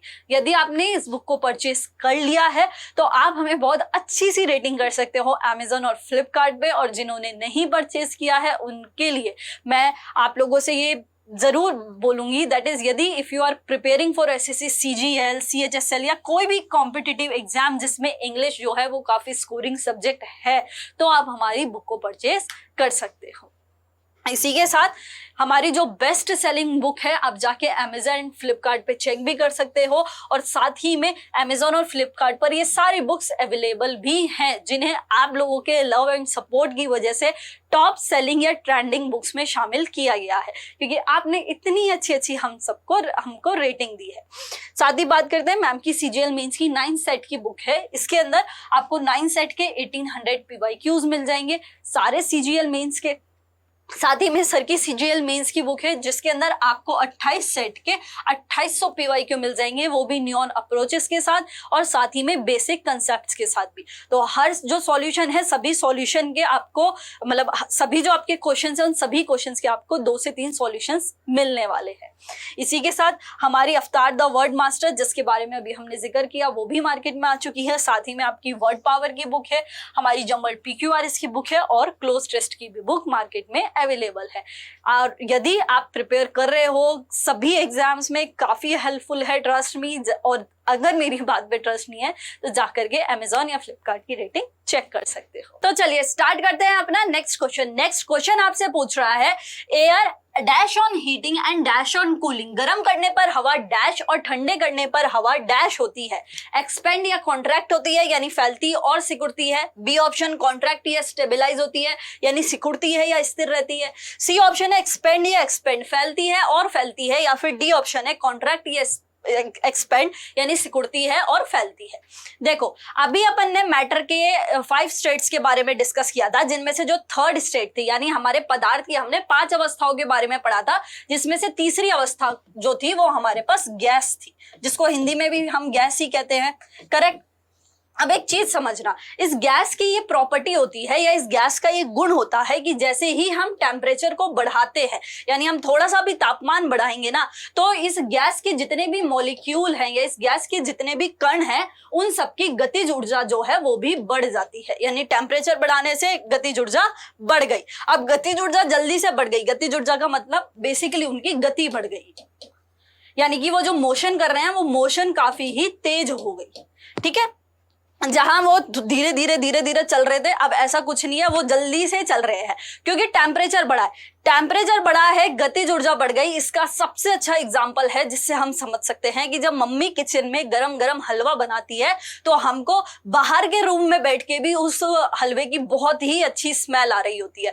क्यों? क्योंकि टेम्परेचर बढ़ा और वहां पे जितने भी कण मौजूद है, हवा में जितने कण मौजूद है, जैसे ही उनका तापमान बढ़ा तो उनकी गतिज ऊर्जा बढ़ी, उनकी गति बढ़ी और वो जल्दी से चल करके हमारी नाक तक पहुंच गए। वहीं यदि मान लो कि मम्मी ने रसोई में खाना बना के रख दिया है और वो बनाए हुए 4 घंटे हो गए हैं, तो आप किसी भी रूम में बैठ जाओ, चाहे आप किचन के जस्ट साइड वाले रूम में बैठ जाओ, आपको पता भी नहीं चलेगा कि किचन में क्या बना के रखा हुआ है। उसकी स्मेल हमको नहीं आएगी, लेकिन गर्म खाने की हमको स्मेल आएगी। क्यों? क्योंकि वहां तापमान बढ़ा, तापमान बढ़ने के साथ साथ गतिज ऊर्जा बढ़ी।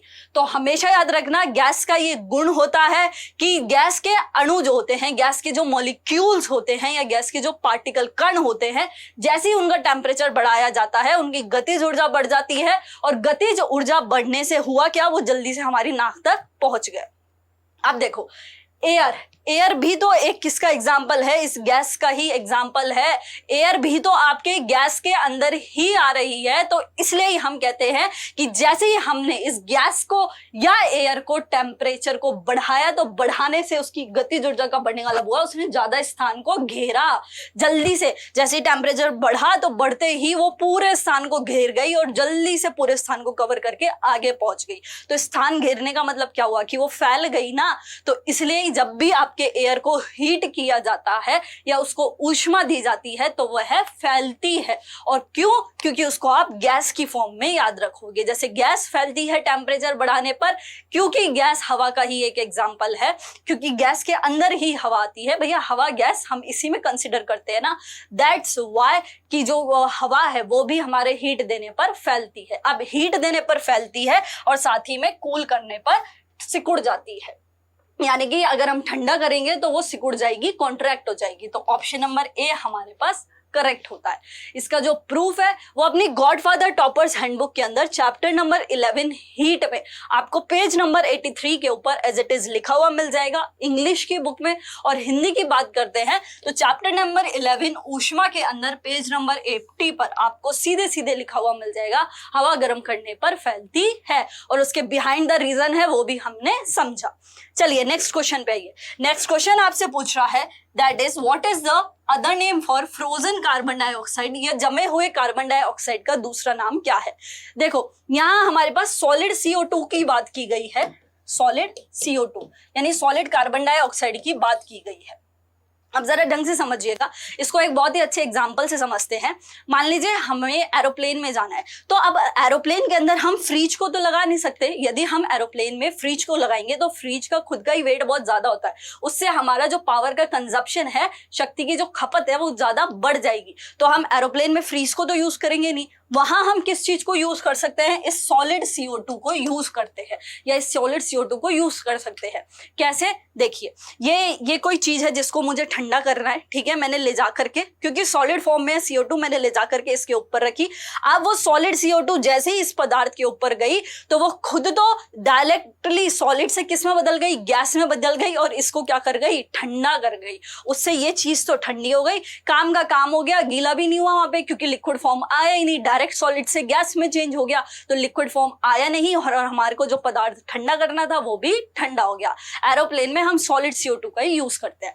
इसके अलावा याद रखिएगा, जब भी आपके सॉलिड से कोई पदार्थ डायरेक्टली गैस में चेंज हो जाता है, यानी ठोस से डायरेक्टली गैसीय अवस्था में बदल जाता है, तो इस प्रोसेस को सब्लिमेशन प्रोसेस कहा जाता है। Sublimation process.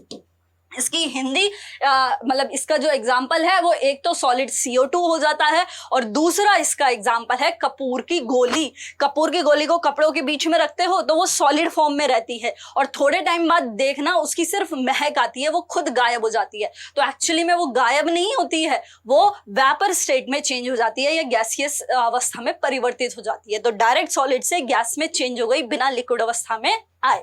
अब इतना आपको इस क्वेश्चन से याद रखना है। साथ में इस सॉलिड CO2 को अब हम ड्राई आइस के नाम से या सूखी बर्फ के नाम से जानते हैं, क्योंकि बर्फ का काम भी क्या हुआ, किसी चीज को ठंडा करना, लेकिन ये भी हमारे किसी चीज को ठंडा ही कर रही है, पर कैसी फॉर्म में, सॉलिड फॉर्म में, सॉलिड CO2 की फॉर्म में। That's why we call them dry ice यानी कि सूखी बर्फ। चलिए नेक्स्ट क्वेश्चन पे चलने से पहले दैट इज इसका प्रूफ देखते हैं। अपनी गॉडफादर टॉपर्स हैंडबुक में चैप्टर नंबर 11 हीट के अंदर पेज नंबर 81 पर आपको क्लियरली मेंशन मिल जाएगा, solid carbon dioxide is known as dry ice. और हिंदी की बात करते हैं तो आपके पेज नंबर 78 के ऊपर ये देखिए, ठोस कार्बन डाइऑक्साइड को ठोस बर्फ कहते हैं। ये ठोस बर्फ आ गया, ठीक है, ड्राई आइस के नाम से जाना जाता है चैप्टर नंबर 11 ऊष्मा के अंदर। ठीक है, चलते हैं अपने नेक्स्ट क्वेश्चन पे। नेक्स्ट क्वेश्चन आपसे पूछ रहा है टेंसाइल और compressive stress can also be termed as, यानी कि आपके तन्य या संपीड़न तनाव को डैश भी कहा जा सकता है। लॉन्गिट्यूडनल स्ट्रेस यानी कि अनुदैर्ध्य प्रतिबल, टेंजेंशियल स्ट्रेस स्पर्श रेखीय प्रतिबल, हाइड्रोलिक स्ट्रेस हाइड्रोलिक प्रतिबल, या फिर शेयरिंग स्ट्रेस कतरनी प्रतिबल। अब समझिएगा जरा क्वेश्चन को। सबसे पहले यहाँ एक टर्म दी गई है स्ट्रेस, इसको जरा क्लियर करते हैं। स्ट्रेस जो होता है जिसको हिंदी में बोला जाता है प्रतिबल, स्ट्रेस यानी कि प्रतिबल, ये होता है अपने पास बल बटा क्षेत्रफल यानी फोर्स पर यूनिट एरिया को स्ट्रेस या फिर प्रतिबल बोला जाता है। क्या बोला मैंने, जो हमारा स्ट्रेस या प्रतिबल है वो बराबर होता है बल बटा क्षेत्रफल के, यानी force per unit area is known as stress. इस स्ट्रेस को हम सिग्मा से रिप्रेजेंट करते हैं, सिग्मा से। और इसका जो SI मात्रक है तो देखिए, फोर्स का SI मात्रक न्यूटन हो जाता है, एरिया का SI मात्रक मीटर स्क्वायर हो जाता है, तो हमारे स्ट्रेस का SI मात्रक न्यूटन अपॉन मीटर स्क्वायर हो जाता है, न्यूटन अपॉन मीटर स्क्वायर। अब ये स्ट्रेस ना आपके कई तरीके की होती हैं, जिसमें बेसिकली हम दो तरीके की बात करते हैं, ठीक है। उसमें से हम एक डिस्कस कर रहे हैं जिसको हम नॉर्मल स्ट्रेस या फिर लॉन्गिट्यूडनल स्ट्रेस भी कहते हैं। अनुदैर्ध्य प्रतिबल के नाम से भी इसे जाना जाता है, अनुदैर्ध्य प्रतिबल, ठीक है। अब इस लॉन्गिट्यूडनल स्ट्रेस के अंदर आपके दो तरीके के स्ट्रेस आते हैं, एक तो कंप्रेसिव और एक टेंसाइल। कंप्रेसिव को बोलते हैं संपीड्य या संपीड़न प्रतिबल, और दूसरा होता है टेंसाइल जिसको हिंदी में बोला जाता है तन्य प्रतिबल, तन्य प्रतिबल या तनन प्रतिबल भी बोल देते हैं। अब अनुदैर्ध्य का मतलब जो अक्ष के, ये जो अक्ष या एक्सिस है ना, इस पर लगने वाले प्रतिबल को हम अनुदैर्ध्य प्रतिबल बोलते हैं, जो दो तरीके का होता है, एक तो संपीड्य प्रकृति का और एक तनन प्रकृति का। अगर मैं इस चीज को खींच रही हूं यहाँ पे, ठीक है, ये इसकी एक्सिस है, इस एक्सिस को मान लो हम खींच रहे हैं, तो ये क्या हो रहा है, टेंसाइल हो रहा है, हम इसको खींच रहे हैं, तनन प्रतिबल लग रहा है। और वहीं यदि हम इसको दबा रहे हैं, इसकी अक्ष के सापेक्ष दबा रहे हैं, तो ये हमारा कंप्रेसिव स्ट्रेस लग रहा है, यानी कि संपीड्य प्रतिबल लग रहा है। और क्वेश्चन में आपसे यही पूछा गया था कि टेंसाइल और कंप्रेसिव स्ट्रेस किसके अंदर आते हैं, तो हमारे option number A that is longitudinal stress या अनुदैर्ध्य प्रतिबल के अंदर हमारे टेंसाइल और कंप्रेसिव स्ट्रेस को रखा जाता है। जब अपनी बुक में आते हैं तो अपनी godfather toppers handbook general science के अंदर चैप्टर नंबर 14 में मैकेनिकल प्रॉपर्टीज ऑफ सॉलिड मिलता है, पेज नंबर आपको 93 पर मिलेगा। वहां आप एज इट इज देख सकते हो कि नॉर्मल स्ट्रेस को लॉन्गिट्यूडनल भी कहते हैं, जो दो तरीके की होती हैं, कंप्रेसिव और टेंसाइल। हिंदी में बात करें तो चैप्टर नंबर 14 ठोसों के आंतरिक गुण में हम देख सकते हैं अनुदैर्ध्य प्रतिबल, जो दो प्रकार के होते हैं, संपीड़न प्रतिबल और तनन प्रतिबल। पेज नंबर मिल जाएगा आपको 89 के ऊपर। यहां तक आपको सारी चीजें क्लियर करते हुए चलना। फिजिक्स का जो लेवल है वो सही है, ज्यादा टफ भी नहीं है, तो हम ये भी नहीं कह सकते ज्यादा इजी है, सही सही लेवल आ रहा है। लेकिन भैया पढ़ना तो पड़ेगा, क्वेश्चन तभी हिलेंगे। ऐसा नहीं है कि पहले का जो पढ़ा हुआ है, पहले के पढ़े हुए को मॉडिफाई कर सकते हो, थोड़ा सा अपडेट होना पड़ेगा, लेकिन पढ़ना तो पड़ेगा। चलो नेक्स्ट क्वेश्चन पे आते हैं। नेक्स्ट क्वेश्चन आपसे पूछ रहा है that is the force exerted by a charged body on another charged और uncharged body is known as, यानी एक आवेशित वस्तु द्वारा दूसरे आवेशित या अनावेशित वस्तु पर लगाए गए बल को डैश कहा जाता है। ए इलेक्ट्रोस्टैटिक फोर्स यानी विद्युत स्थैतिकी बल, बी ग्रेविटेशनल फोर्स यानी कि गुरुत्वाकर्षण बल, सी फ्रिक्शनल फोर्स जिसे घर्षण बल, या फिर डी प्रेशर फोर्स जिसे दाब बल कहा जाता है।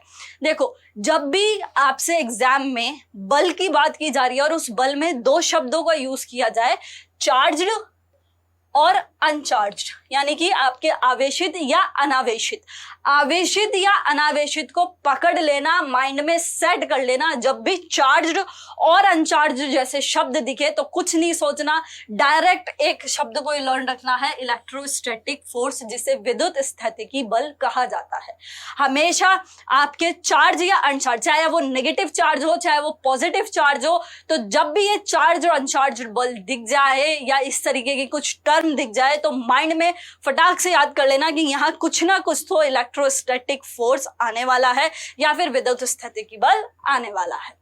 अब इसका जो करेक्ट आंसर होता है वो हमारे पास ए होता है।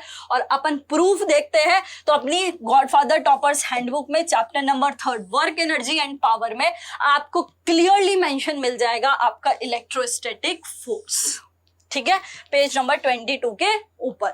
वहीं हिंदी की बात करते हैं तो चैप्टर 3 कार्य, ऊर्जा और शक्ति में पेज नंबर 19 पर दो आवेशों के प्रतिकर्षण के विद्युतीय बल आपको दिख जाएगा। स्थिर विद्युतीय बल के नाम से आपको इस शब्द को याद रखना है। आवेशित, अनावेशित, चार्ज्ड और अनचार्ज फोर्स की बात की जाए तो इलेक्ट्रोस्टैटिक को माइंड में सेट करते हुए चलना है। चलिए चलते अपने नेक्स्ट क्वेश्चन पे। नेक्स्ट क्वेश्चन आपसे पूछ रहा है कि the materials through which things can not be seen are called, वे पदार्थ जिनके माध्यम से चीजें देखी नहीं जा सकती हैं डैश कहलाती हैं। A translucent material, transparent material, opaque material या फिर पेल मटेरियल। हिंदी में बात करें तो पारभासी पदार्थ, पारदर्शी पदार्थ, अपारदर्शी पदार्थ या पीले पदार्थ या पीली पदार्थ। अब देखो, पहले सबसे पदार्थों को समझते हैं कि पदार्थों को हम किस फॉर्म में इनके अकॉर्डिंग डिस्ट्रीब्यूट करते हैं, उसके बाद अपने राइट आंसर पे जाएंगे। तो सबसे पहले कंसेप्ट या थोड़ी थ्योरी देख लेते हैं जिससे अपना बेसिक्स भी क्लियर हो जाए। जब हम मटेरियल की बात कर रहे हैं यानी कि हमारे पदार्थ की बात कर रहे हैं तो इसको बेसिकली इस मटेरियल को हम 3 फॉर्म्स में देखते हैं, 3 फॉर्म में देखते हैं। ठीक है, 3 फॉर्म में आपको इन मटेरियल्स को याद रखना है, जिसमें पहला आपका आता है ट्रांसपेरेंट, दूसरा आपके पास आता है ट्रांसलूसेंट, हिंदी में भी बता रही हूं, एक बार इंग्लिश में लिख लेते हैं फिर हिंदी लिखते हैं, ट्रांसलूसेंट। और तीसरा आपके पास आता है ओपेक्यू, OPAQUE। चलिए हिंदी में देख लेते हैं। तो ट्रांसपेरेंट को हिंदी में बोलते हैं पारदर्शी पदार्थ। ट्रांसलूसेंट का मतलब होता है पारभासी पदार्थ। और ओपेक्यू का मतलब होता है अपारदर्शी, यहां लिख देते हैं अपारदर्शी। करेक्ट, हमने बोला मटेरियल को हम 3 फॉर्म्स में देखते हैं, एक को ट्रांसपेरेंट बोला जाता है, दूसरे को ट्रांसलूसेंट, थर्ड को ओपेक्यू यानी पारदर्शी, पारभासी और अपारदर्शी। अब समझते हैं मतलब क्या है। देखो, ट्रांसपेरेंट का मतलब जिसके आर पार हमको सब कुछ दिख रहा है। जैसे आज हम अगर 2 लोग खड़े हैं, ठीक है, आज मैं हूं और ये कैमरा है, तो हमको आर पार चीजें दिख रही है। या कोई भी ऐसी चीज ले लो जिसमें आपको आर पार सब कुछ दिख रहा है, जैसे हवा हो गई, हवा के आर पार सब कुछ दिखता है। हवा बीच में आकर के किसी चीज को वो नहीं कर सकती, खराब नहीं कर सकती, या बीच में आ जाए तो ऐसा नहीं होगा कि अपन को सामने की चीज नहीं दिखेगी। वहीं यदि बात की जाती है ट्रांसलूसेंट की, पारभासी की, तो आप बटर पेपर लीजिए। बटर पेपर को आप लोगे ना तो आपको ये समझ आएगा कि यार पीछे कोई खड़ा तो है, पीछे कोई चीज तो है, लेकिन क्या चीज है इसका आइडिया नहीं लग पाएगा। तो क्लियरली अगर देख पा रहे हो आर पार तो वो पारदर्शी ट्रांसपेरेंट हो जाता है। अगर देख पा रहे हो लेकिन ढंग से नहीं देख पा रहे हो कि वहां क्या चीज खड़ी है, एक्चुअली में वो है क्या, तो वो ट्रांसलूसेंट यानी पारभासी हो जाता है। और यदि बिल्कुल ही नहीं देख पा रहे हो, लाइट आ रही है और आकर के बस यहीं पर ही है, पीछे की साइड जा ही नहीं पा रही है, उसके आर पार हो ही नहीं पा रही है, पार कर ही नहीं पा रही है उस ऑब्जेक्ट को, तो उसको कह देते हैं अपन अपारदर्शी यानी कि ओपेक्यू ऑब्जेक्ट। 3 तरीके के ऑब्जेक्ट हुए, ट्रांसपेरेंट, ट्रांसलूसेंट, ओपेक्यू। आर पार दिखा तो ट्रांसपेरेंट में जाना, दिख रहा है पर ढंग से नहीं दिख रहा तो ट्रांसलूसेंट में जाना, और भैया बिल्कुल ही नहीं दिख रहा तो ओपेक्यू में चले जाइएगा। अब क्वेश्चन देख लेते हैं। क्वेश्चन पूछ रहा है वे पदार्थ जिनके माध्यम से चीजें देखी नहीं जा सकती है वह डैश कहलाते हैं, यानी हमको दिख ही नहीं रहा है कि क्या है दूसरी साइड में, तो उनको हम बोल देते हैं ओपेक्यू मटेरियल्स, यानी कि अपारदर्शी पदार्थ। आपके 14/6/2023 शिफ्ट नंबर 2 का क्वेश्चन है। अपनी बुक के अंदर चैप्टर नंबर 10 लाइट में आपको ओपेक्यू ऑब्जेक्ट्स मिल जाएंगे, जहां आपको क्लियरली मेंशन है objects can not be scene. Page number 67 के ऊपर ये आपको मिल जाता है, जिसके एग्जाम्पल आप लकड़ी और धातु, वुड या मेटल भी याद कर सकते हो। हिंदी में बात करें तो चैप्टर नंबर 10 प्रकाश में अपारदर्शी आपको मिल जाता है पेज नंबर 62 के ऊपर, जहां लिखा हुआ है नहीं देखा जा सकता। ठीक है, जिनके माध्यम से वस्तुओं को देखा ही नहीं जा सकता वे पदार्थों को हम अपारदर्शी पदार्थ कह देते हैं। चलिए नेक्स्ट क्वेश्चन पे आते हैं। नेक्स्ट क्वेश्चन जो है वो आपसे पूछ रहा है, that is which type of friction is considered as a self adjusting force?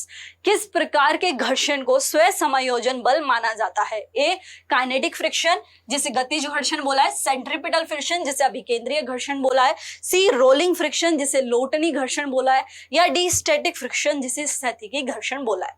देखो अपनी गॉडफादर टॉपर्स हैंडबुक के अंदर चैप्टर नंबर 2 जिसका नाम है मैकेनिक्स, पेज नंबर 18 पे आपको स्टैटिक फ्रिक्शन लिखा हुआ मिल जाएगा। ठीक है, हिंदी की बात करते हैं तो चैप्टर नंबर 2 है यांत्रिकी का, पेज नंबर 16 पे आपको स्थैतिकी घर्षण लिखा हुआ मिल जाएगा। स्थैतिकी घर्षण वो होता है जब कोई भी दो पिंड या सतह है, यदि वह एकदम विराम अवस्था में खड़े हैं, या कोई भी ऑब्जेक्ट है जब वह रेस्ट कंडीशन में खड़ा है, तो उस टाइम उस पर जो कार्य करने वाला घर्षण है उसको हम क्या देते हैं, हमारा स्थैतिकी घर्षण, यानी कि हमारा static friction that act on object when they are resting on surface. उस टाइम जो एक्ट हुआ उसको स्टैटिक फ्रिक्शन कहा। इसका जो आंसर है कि सेल्फ एडजस्टिंग जो फोर्स होता है वो एक्चुअली में हमारे स्टैटिक फ्रिक्शन को कहा जाता है, स्थैतिकी घर्षण को कहा जाता है। ये ऑप्शन नंबर डी आपका करेक्ट होता है। हमने आपको स्टैटिक फ्रिक्शन तो लिख कर दिया, लेकिन यहाँ ये जो टर्म है सेल्फ एडजस्टिंग फोर्स, ये टर्म मिसिंग है, बट ठीक है हम नेक्स्ट टाइम इसको मॉडिफाई कर लेंगे। इस बार जो आपकी हैंडबुक आएगी उसमें ये सारी चीजें आपको मेंशन हुई मिल जाएंगी। चलिए चलते हैं हमारे नेक्स्ट क्वेश्चन पे। नेक्स्ट क्वेश्चन है the wind vane instrument measure the. Wind vane उपकरण डैश को मापता है, रिलेटिव ह्यूमिडिटी सापेक्ष आर्द्रता, टेम्परेचर तापमान को, सी विंड वेलोसिटी पवन के वेग को, या डी विंड डायरेक्शन हवा की दिशा को। देखो इंस्ट्रूमेंट के सारे ही क्वेश्चन काफी इंपॉर्टेंट है, बहुत ज्यादा इंपॉर्टेंट है, सबको अच्छे से याद करना है, सबको अच्छे से पढ़ना है। एक इंस्ट्रूमेंट मतलब एक इंस्ट्रूमेंट तो आपका जो आपको ऑप्शंस दिए रखे हैं उनमें से एक तो आपका करेक्ट हो गई, लेकिन हमको बाकी के तीनों भी याद करने हैं, क्योंकि एसएससी के हर एग्जाम में इंस्ट्रूमेंट से क्वेश्चन देखने को मिल रहे हैं। तो क्या मालूम इस बार आपसे एक पूछा गया है, बाकी के 3 किसी और एग्जाम में पूछ लिए जाएं। That's why instrument is one of the important topic. सारे इंस्ट्रूमेंट्स को अच्छे से पढ़ते हुए लर्न करते हुए चलना। अभी यहाँ देख लेते हैं, रिलेटिव ह्यूमिडिटी को मापा जाता है, दैट इज अभी अपन पढ़ के आए थे अपने हाइग्रोमीटर से, जिसको हिंदी में आर्द्रता मापी भी बोला जाता है। हाइग्रोमीटर 2 शब्दों से मिलकर के बना है, हाइग्रो और मीटर, जो मॉइस्चर को मेजर करने के काम आ रहा है उसको हाइग्रोमीटर कहते हैं रिलेटिव ह्यूमिडिटी के लिए। नेक्स्ट होता है टेम्परेचर। टेम्परेचर को मेजर किया जाता है, दैट इज योर थर्मोमीटर से। थर्मोमीटर, ये क्वेश्चन भी अपन सॉल्व करके आए हैं, जिसे गैलीलियो गैलीली के थ्रू बनाया गया था। विंड की वेलोसिटी, विंड वेलोसिटी को मेजर किया जाता है एनीमोमीटर के थ्रू, एनीमोमीटर के थ्रू। और विंड के डायरेक्शन की बात की जाती है, हवा की दिशा की बात की जाती है, तो उसे मेजर किया जाता है विंड वेन इंस्ट्रूमेंट के थ्रू। अपने एग्जाम में ये आपका क्वेश्चन आया 15/5/2023 में। ये क्वेश्चन अपने इंस्ट्रूमेंट वाले चैप्टर में नहीं था, यानी 19 चैप्टर जो अपना इन्वेंशन एंड डिस्कवरीज है उसमें नहीं था। बट ठीक है गाइज, हम इसको नेक्स्ट टाइम मॉडिफाई करेंगे। ठीक है, इससे रिलेटेड हमारे पास कुछ और डाटा भी नहीं था, तो इसलिए इसका मैंने कुछ लगाया नहीं है। बट ठीक है, नेक्स्ट टाइम हम जब कोई एग्जाम सॉल्व करेंगे तो इतनी मैं शॉर्ट ही देती हूँ कि हम उसको इतना मॉडिफाई कर देंगे इंस्ट्रूमेंट वाले को कि आपका कोई भी इंस्ट्रूमेंट का क्वेश्चन हमारी उस बुक से, हमारे उस एक टेबल से बाहर नहीं जाए। नेक्स्ट क्वेश्चन पे जाने से पहले आप लोगों के लिए इन्फॉर्मेशन है, दैट इज प्ले स्टोर पर हमारा नियॉन क्लासेस का ऐप अवेलेबल है, जिसको आप डाउनलोड कर सकते हो। यदि आप बैंक की तैयारी कर रहे हो, रेलवे की कर रहे हो, या फिर एसएससी की तैयारी कर रहे हो, सभी के लिए आपका, या किसी भी एनी अदर कॉम्पिटिटिव एग्जाम की तैयारी कर रहे हो, तो उन सभी के लिए आपके लिए काफी हेल्पफुल होने वाला है, क्योंकि काफी सारी वीडियोस, काफी सारी पीडीएफ्स और ई बुक्स आपको एकदम फ्री में मिल जाएंगी, वो भी बायलैंग्वेज फॉर्म में, यानी हिंदी और इंग्लिश दोनों में। जो आपके लिए सूटेबल हो उसमें डाउनलोड कीजिए और उसको बढ़िया से पढ़िए। और यदि आपने इसको डाउनलोड कर रखा है तो आप प्ले स्टोर पे जाकर के हमें 5 स्टार रेट कर सकते हैं। उसके लिए मैं आप सभी का बहुत थैंक यू करूंगी, जिन्होंने हमें 5 स्टार रेट कर दिया है, और जिन्होंने नहीं किया है उन सभी से मैं ये रिक्वेस्ट करूंगी कि दैट इज आप हमें प्ले स्टोर पे जाके 5 स्टार रेट कर सकते हैं। इसके बाद नेक्स्ट इंफॉर्मेशन आपके लिए, दैट इज आप हमें फॉलो कर सकते हैं टेलीग्राम पर, और पा सकते हैं फ्री में काफी सारे प्रीवियस ईयर के papers, class notes, latest notification, YouTube class के पीडीएफ। जैसे अभी मैं पढ़ा रही हूं तो इसकी जो अनोटेड पीडीएफ रहेगी, जो भी मैंने पढ़ाया है ना अपनी पूरी क्लास में, वो पूरी की पूरी पीडीएफ आपको एज इट इज मिल जाएगी हमारे @नियॉन क्लासेस के चैनल पर। इसके अलावा हम neon PDFs, notes and book के नाम से भी हमारा एक चैनल है, जिस पर जाकर के आप हमें फॉलो कर सकते हैं। ये भी वन ऑफ द बेस्ट हमारा चैनल है, जहां आपको काफी सारा कंटेंट बायलैंग्वेज फॉर्म में एकदम फ्री में अवेलेबल हो जाएगा। और साथ ही में हम @नियॉन टेस्ट सीरीज के नाम से भी अवेलेबल है, जहाँ पे हम बहुत सारी क्विजेस कराते हैं, वहां पर भी आप पार्टिसिपेट कर सकते हैं, और साथ ही में उन क्वेश्चंस को अटेम्प्ट भी कर सकते हैं। ये सारी जो चीजें हैं ये आप लोगों के लिए एकदम फ्री में अवेलेबल है, तो आप इजीली जाकर के टेलीग्राम पर हमको फॉलो कर सकते हैं, और सारी चीजें एकदम फ्री में अपने लिए अपनी प्रिपरेशन को बहुत अच्छा कर सकते हैं।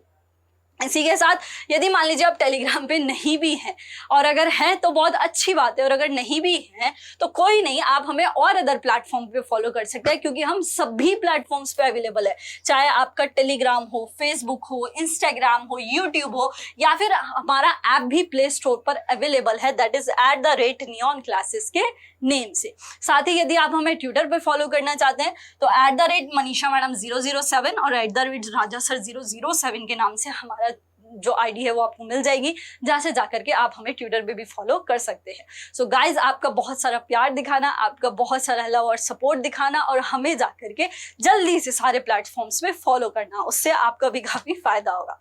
चलिए चलते हैं नेक्स्ट क्वेश्चन पे।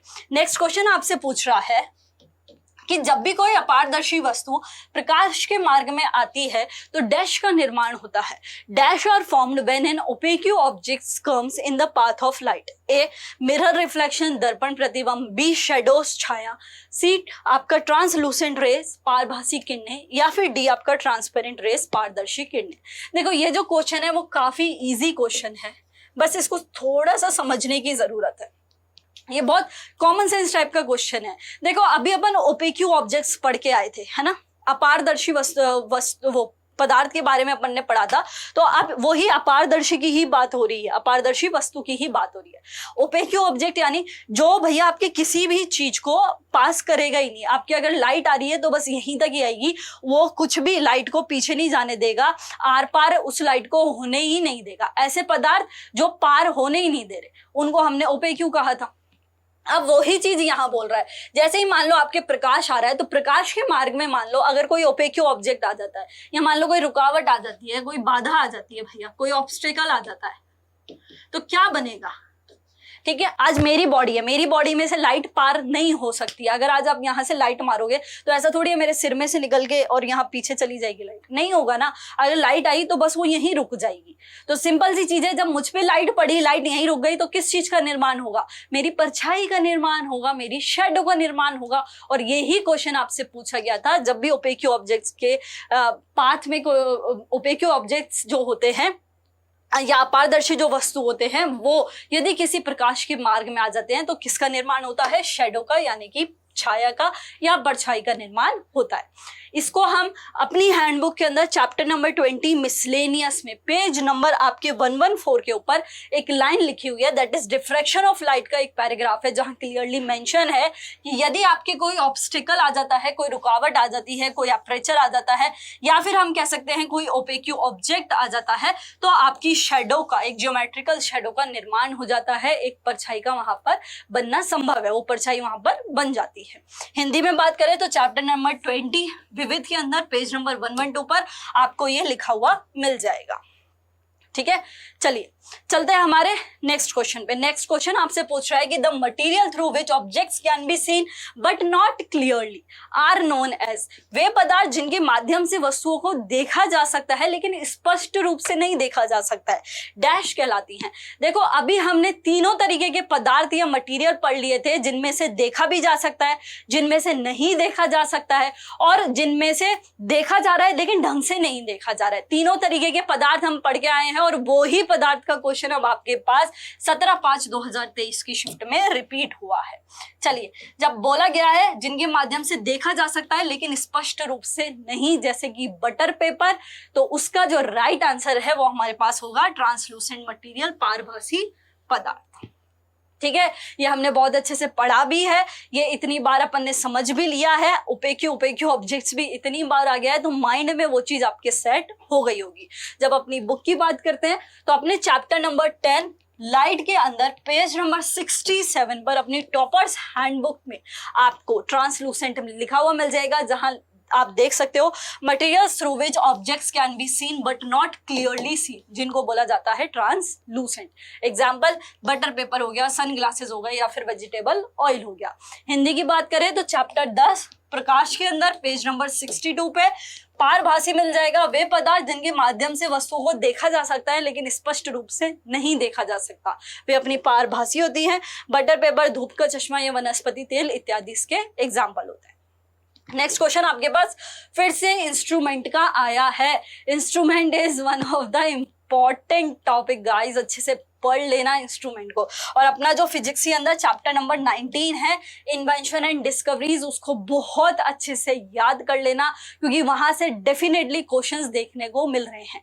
कई बार ऐसा भी हो सकता है कि मान लो 3 ऑप्शन आपने पढ़े हुए हैं और चौथा आपने पढ़ा ही नहीं हुआ है, कि 3 ऑप्शन आपको आते हैं, जैसे ये 4 ऑप्शन है ना, तो इनमें से 3 आते हैं और 4th आपको नहीं पता है, तो वो 4th भी आपका राइट आंसर हो सकता है।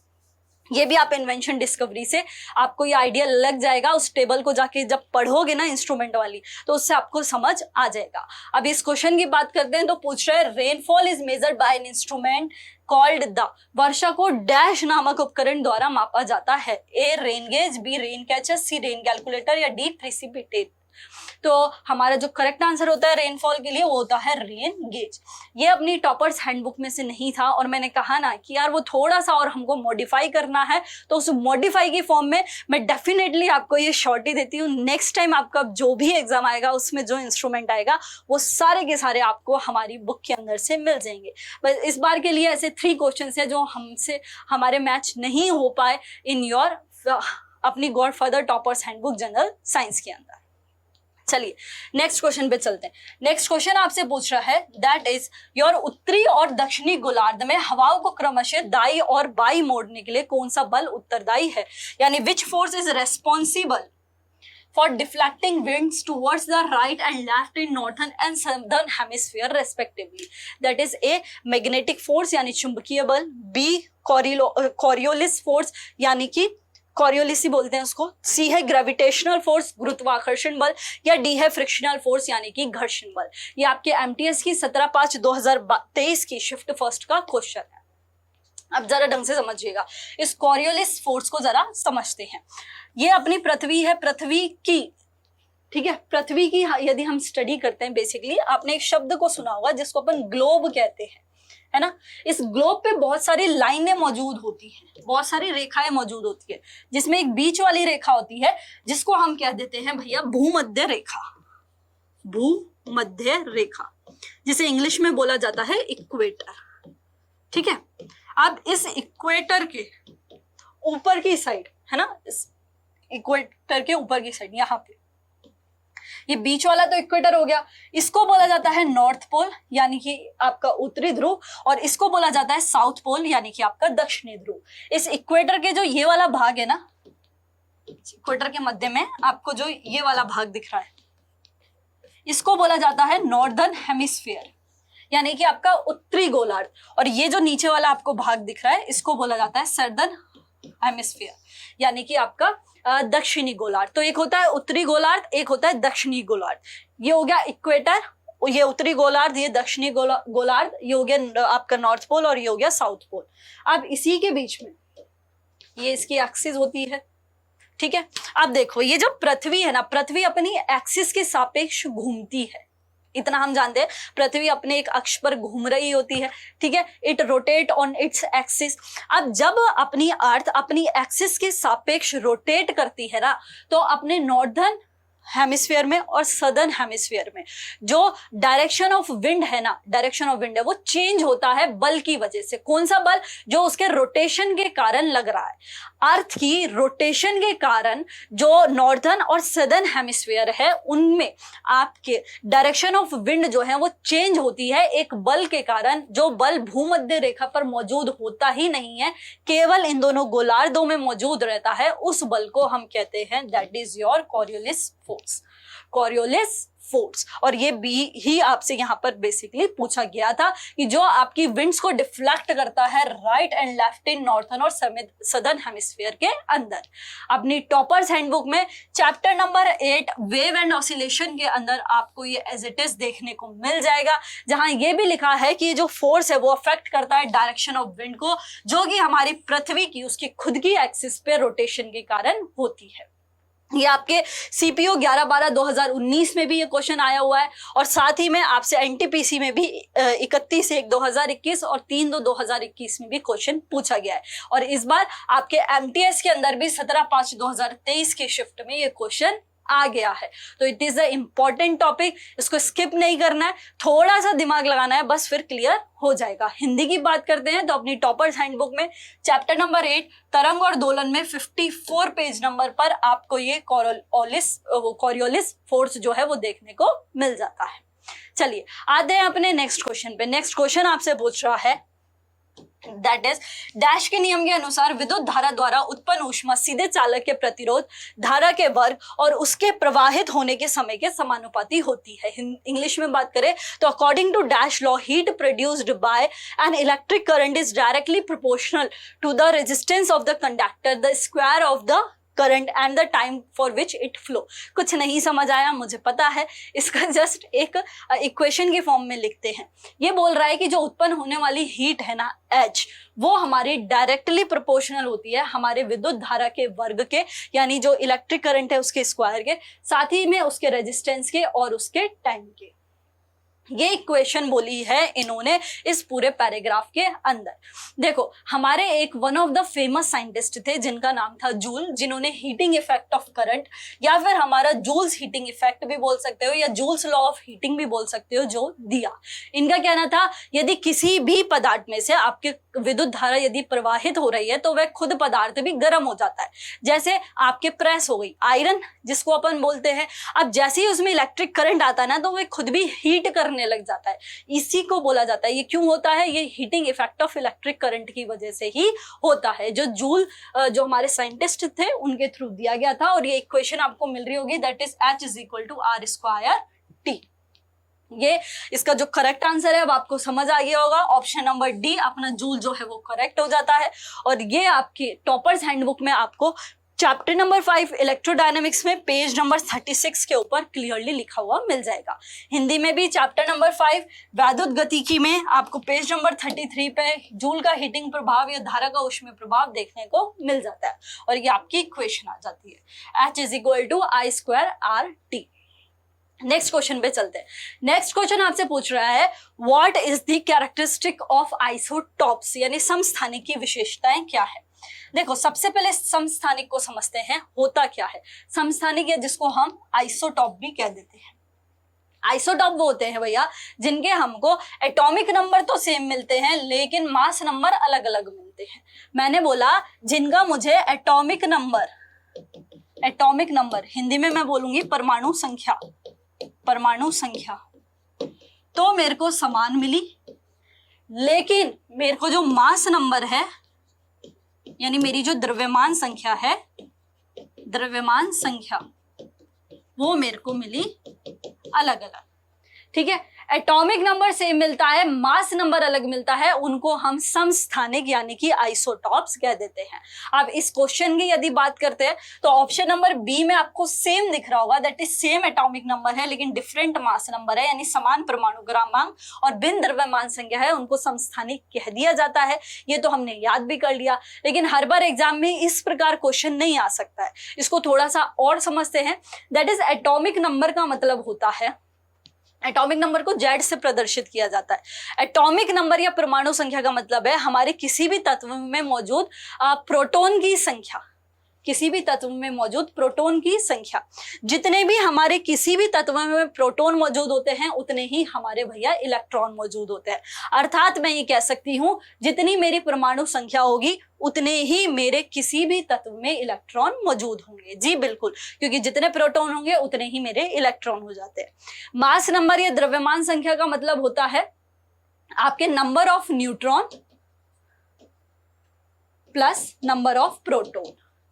प्रोटॉन और न्यूट्रॉन की जो संख्या होती है उन दोनों को मिलाकर के हमारे मास नंबर को या द्रव्यमान संख्या को बनाया जाता है।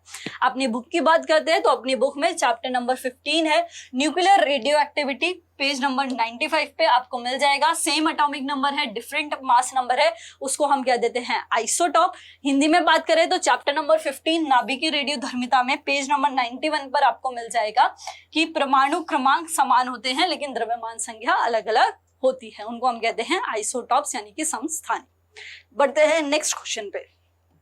नेक्स्ट क्वेश्चन आपसे पूछ रहा है that is the basic unit of speed of an object is, किसी वस्तु की गति की मूल मात्रक डैश होता है। बहुत ही अच्छी चीज है, दैट इज गति या स्पीड। देखो स्पीड बराबर होता है, स्पीड को हम हिंदी में बोलते हैं चाल। चाल बराबर होता है दूरी बट्टा समय। ठीक है, चाल बराबर होता है दूरी बट्टा समय, स्पीड बराबर होता है डिस्टेंस अपॉन टाइम। तो आप ढंग से देखिएगा, डिस्टेंस का या दूरी का ऐसा ही मात्रक होता है मीटर, टाइम या समय का ऐसा ही मात्रक होता है सेकंड। तो मैं ये कह सकती हूं दूरी का ऐसा ही मात्रक हो गया मीटर पर सेकंड। ठीक है, इसको मैं यहां लिख देती हूं, दैट इज मीटर पर सेकंड। तो हमारे चाल का ऐसा ही मात्रक हो जाता है मीटर पर सेकंड, या स्पीड का ऐसा ही मात्रक हो जाता है मीटर पर सेकंड। जब अपनी टॉपर्स हैंडबुक के अंदर अपन chapter number 1 unit and dimension में आएंगे तो वहां पर बहुत सारी आपको ऐसी फिजिकल क्वांटिटीज लिखी हुई मिल जाएंगी, वो भी with your SI units with formula और साथ में डायमेंशनल फॉर्मूला। और यदि वह किसी पीवाईक्यू में आया हुआ है तो वो भी आपको क्लियरली मिल जाएगा, जैसे ये आपके 1/10/2018 में आरआरबी ग्रुप डी में पूछा गया है। इतनी इंफॉर्मेशन आपको केवल एक टेबल से मिल जाएगी। मैंने क्लास में भी बोला है, जब पूरी फिजिक्स पढ़ लो, पढ़ने के बाद उस टेबल से एक बार रिवाइज कर लेना, आपकी बहुत सारी टर्म्स हैं जो बहुत अच्छे लेवल पर क्लियर हो जाएगी। और ये देख लो, उसी टेबल से ये क्वेश्चन जो है वो आपको आया है पेज नंबर 6 के ऊपर। हिंदी में बात करते हैं तो चैप्टर 1 मात्रक और विमाओं में पेज नंबर 4 पे आपको क्लियरली स्पीड या चाल लिखा हुआ मिल जाता है। अगर राइट आंसर की बात करें तो राइट आंसर होता है मीटर पर सेकेंड, यानी ऑप्शन नंबर सी हमारे पास होता है करेक्ट। चलिए चलते हैं नेक्स्ट क्वेश्चन पे, लेकिन उससे पहले आप सभी के लिए इंपॉर्टेंट इंफॉर्मेशन, दैट इज अपने टेलीग्राम चैनल पर @न्यूऑन क्लासेस पर सारी पीडीएफ्स वो भी एकदम फ्री में अपलोड करा दी गई हैं, जिन्हें आप डाउनलोड कर सकते हो और अपनी तैयारी को और भी ज्यादा अच्छा कर सकते हो। सारी पीडीएफ आपके जनरल स्टडीज के अंदर भी, आपका पॉलिटी हो गया, हिस्ट्री होगा, ज्योग्राफी हो गया, इकोनॉमिक्स हो गया, कंप्यूटर हो गया, 5 सब्जेक्ट तो ये, 5 सब्जेक्ट की इंग्लिश अलग और हिंदी अलग, यानी 10 पीडीएफ तो ये। फिर जनरल साइंस की, सामान्य विज्ञान की बात करें तो उसमें physics, chemistry, biology, environment, 4 subject की हिंदी अलग, इंग्लिश अलग, यानी 8 सब्जेक्ट ये। और उसके बाद आपके करंट अफेयर्स भी अपलोड हैं, साथ ही में आपकी स्टैटिक जीके की भी हिंदी इंग्लिश अपलोड है। सारी जीके की पीडीएफ, साइंस की पीडीएफ, स्टैटिक जीके की पीडीएफ, सब कुछ एकदम फ्री में आप लोगों के लिए टेलीग्राम पर अवेलेबल है। जा करके डाउनलोड करके पढ़ सकते हैं आप। और साथ ही में हमारी जो बुक्स हैं वो भी मार्केट में आ गई हैं, हिंदी वाली भी जल्दी आने वाली है, इंग्लिश वाली सारी आपको अवेलेबल करा दी हैं। स्टैटिक जीके का हिंदी इंग्लिश दोनों अवेलेबल है, उनको जाके परचेज कर सकते हैं। और साथ ही जल्दी यूट्यूब पे आपको वो सारी पढ़ाई भी जाने वाली है। और साथ ही ये सारी पीडीएफ्स आप डाउनलोड कर सकते हैं, सारी वहां पर अवेलेबल है, चाहे मैथ्स की, फिजिक्स की, हिस्ट्री की, इकोनॉमिक्स की, computer, environment, geography, polity, reasoning, सब कुछ गॉडफादर सीरीज का सब कुछ आप लोगों के लिए एकदम फ्री में अवेलेबल है। आइए नेक्स्ट क्वेश्चन पे। नेक्स्ट क्वेश्चन आपसे पूछ रहा है that is the force exerted by a charged body on another charged or uncharged body is known as, that is एक आवेशित वस्तु द्वारा आवेशित या अनावेशित वस्तु पर लगाए गए बल को डैश के रूप में जाना जाता है। ए एंगुलर फोर्स यानी कोणीय बल, बी इलेक्ट्रोस्टैटिक फोर्स यानी विद्युत स्थितिकी बल, सी प्रेशर यानी कि दाब, या डी मस्कुलर फोर्स या फिर मांसपेशीय बल। ये हमारे एसएससी एमटीएस 2022 में 19/5/2023 की शिफ्ट नंबर 2 में आपसे एक क्वेश्चन पूछा गया है। सेम क्वेश्चन अभी हम पहले भी करके आए हैं, मैंने 2 से 3 बार आपको ये चीज बोली थी, कहीं भी क्वेश्चन में आपको चार्ज्ड या फिर अनचार्ज्ड यानी आवेशित या अनावेशित जैसा कुछ भी देखने को मिल जाए तो आंख बंद करके एक चीज को अपने माइंड में याद कर लेना। इस क्वेश्चन का जो राइट आंसर है वो आप सभी लोग मुझे कमेंट बॉक्स में बताएंगे। ये क्वेश्चन मैं करा चुकी हूं, सेम क्वेश्चन रिपीट हुआ है, मुझे आपके सारे कमेंट्स का इंतजार रहेगा और स्पेशली इस क्वेश्चन के आंसर का इंतजार रहेगा। ये क्वेश्चन आप करके बताएंगे कि इसका राइट आंसर आपकी तरफ से क्या होना चाहिए। यदि अपन बुक की बात करते हैं तो अपनी गॉडफादर टॉपर्स हैंडबुक में चैप्टर नंबर 3 में वर्क एनर्जी एंड पावर के पेज नंबर 22 पे आपको क्लियरली मेंशन मिल जाएगा ये शब्द। और वहीं हिंदी की बात करते हैं तो चैप्टर नंबर 3 कार्य, ऊर्जा और शक्ति में पेज नंबर 19 पर आपको एज इट इज मिल जाएगा, जो मैंने पहले भी डिस्कस किया और मैं अब भी डिस्कस कर रही हूँ। भैया गॉडफादर के बाहर कुछ भी नहीं। इसके साथ अपने सारे क्वेश्चंस कंप्लीट होते हैं। यहाँ तक अपन ने एमटीएस के 57 सेट्स में आए सारे 28 क्वेश्चंस को कंप्लीट कर लिया है। 28 में से जैसा कि 25 क्वेश्चन अपने एकदम मैच्ड थे, 3 नहीं थे, तो उन 3 के लिए भी अपन कंटेंट को और मॉडिफाई कर रहे हैं और स्ट्रॉन्ग कर रहे हैं। और वो 3 क्वेश्चन भी मैं आप लोगों से वादा करती हूं, मैं आप लोगों से दावा करती हूं कि नेक्स्ट टाइम वो 3 भी आपको हमारे कंटेंट से मैच हुए मिलेंगे। Thank you so much guys for watching this video. आप इसे लाइक कर सकते हैं, शेयर कर सकते हैं और साथ ही में नियॉन क्लासेस को सब्सक्राइब कर सकते हैं। Thank you so much.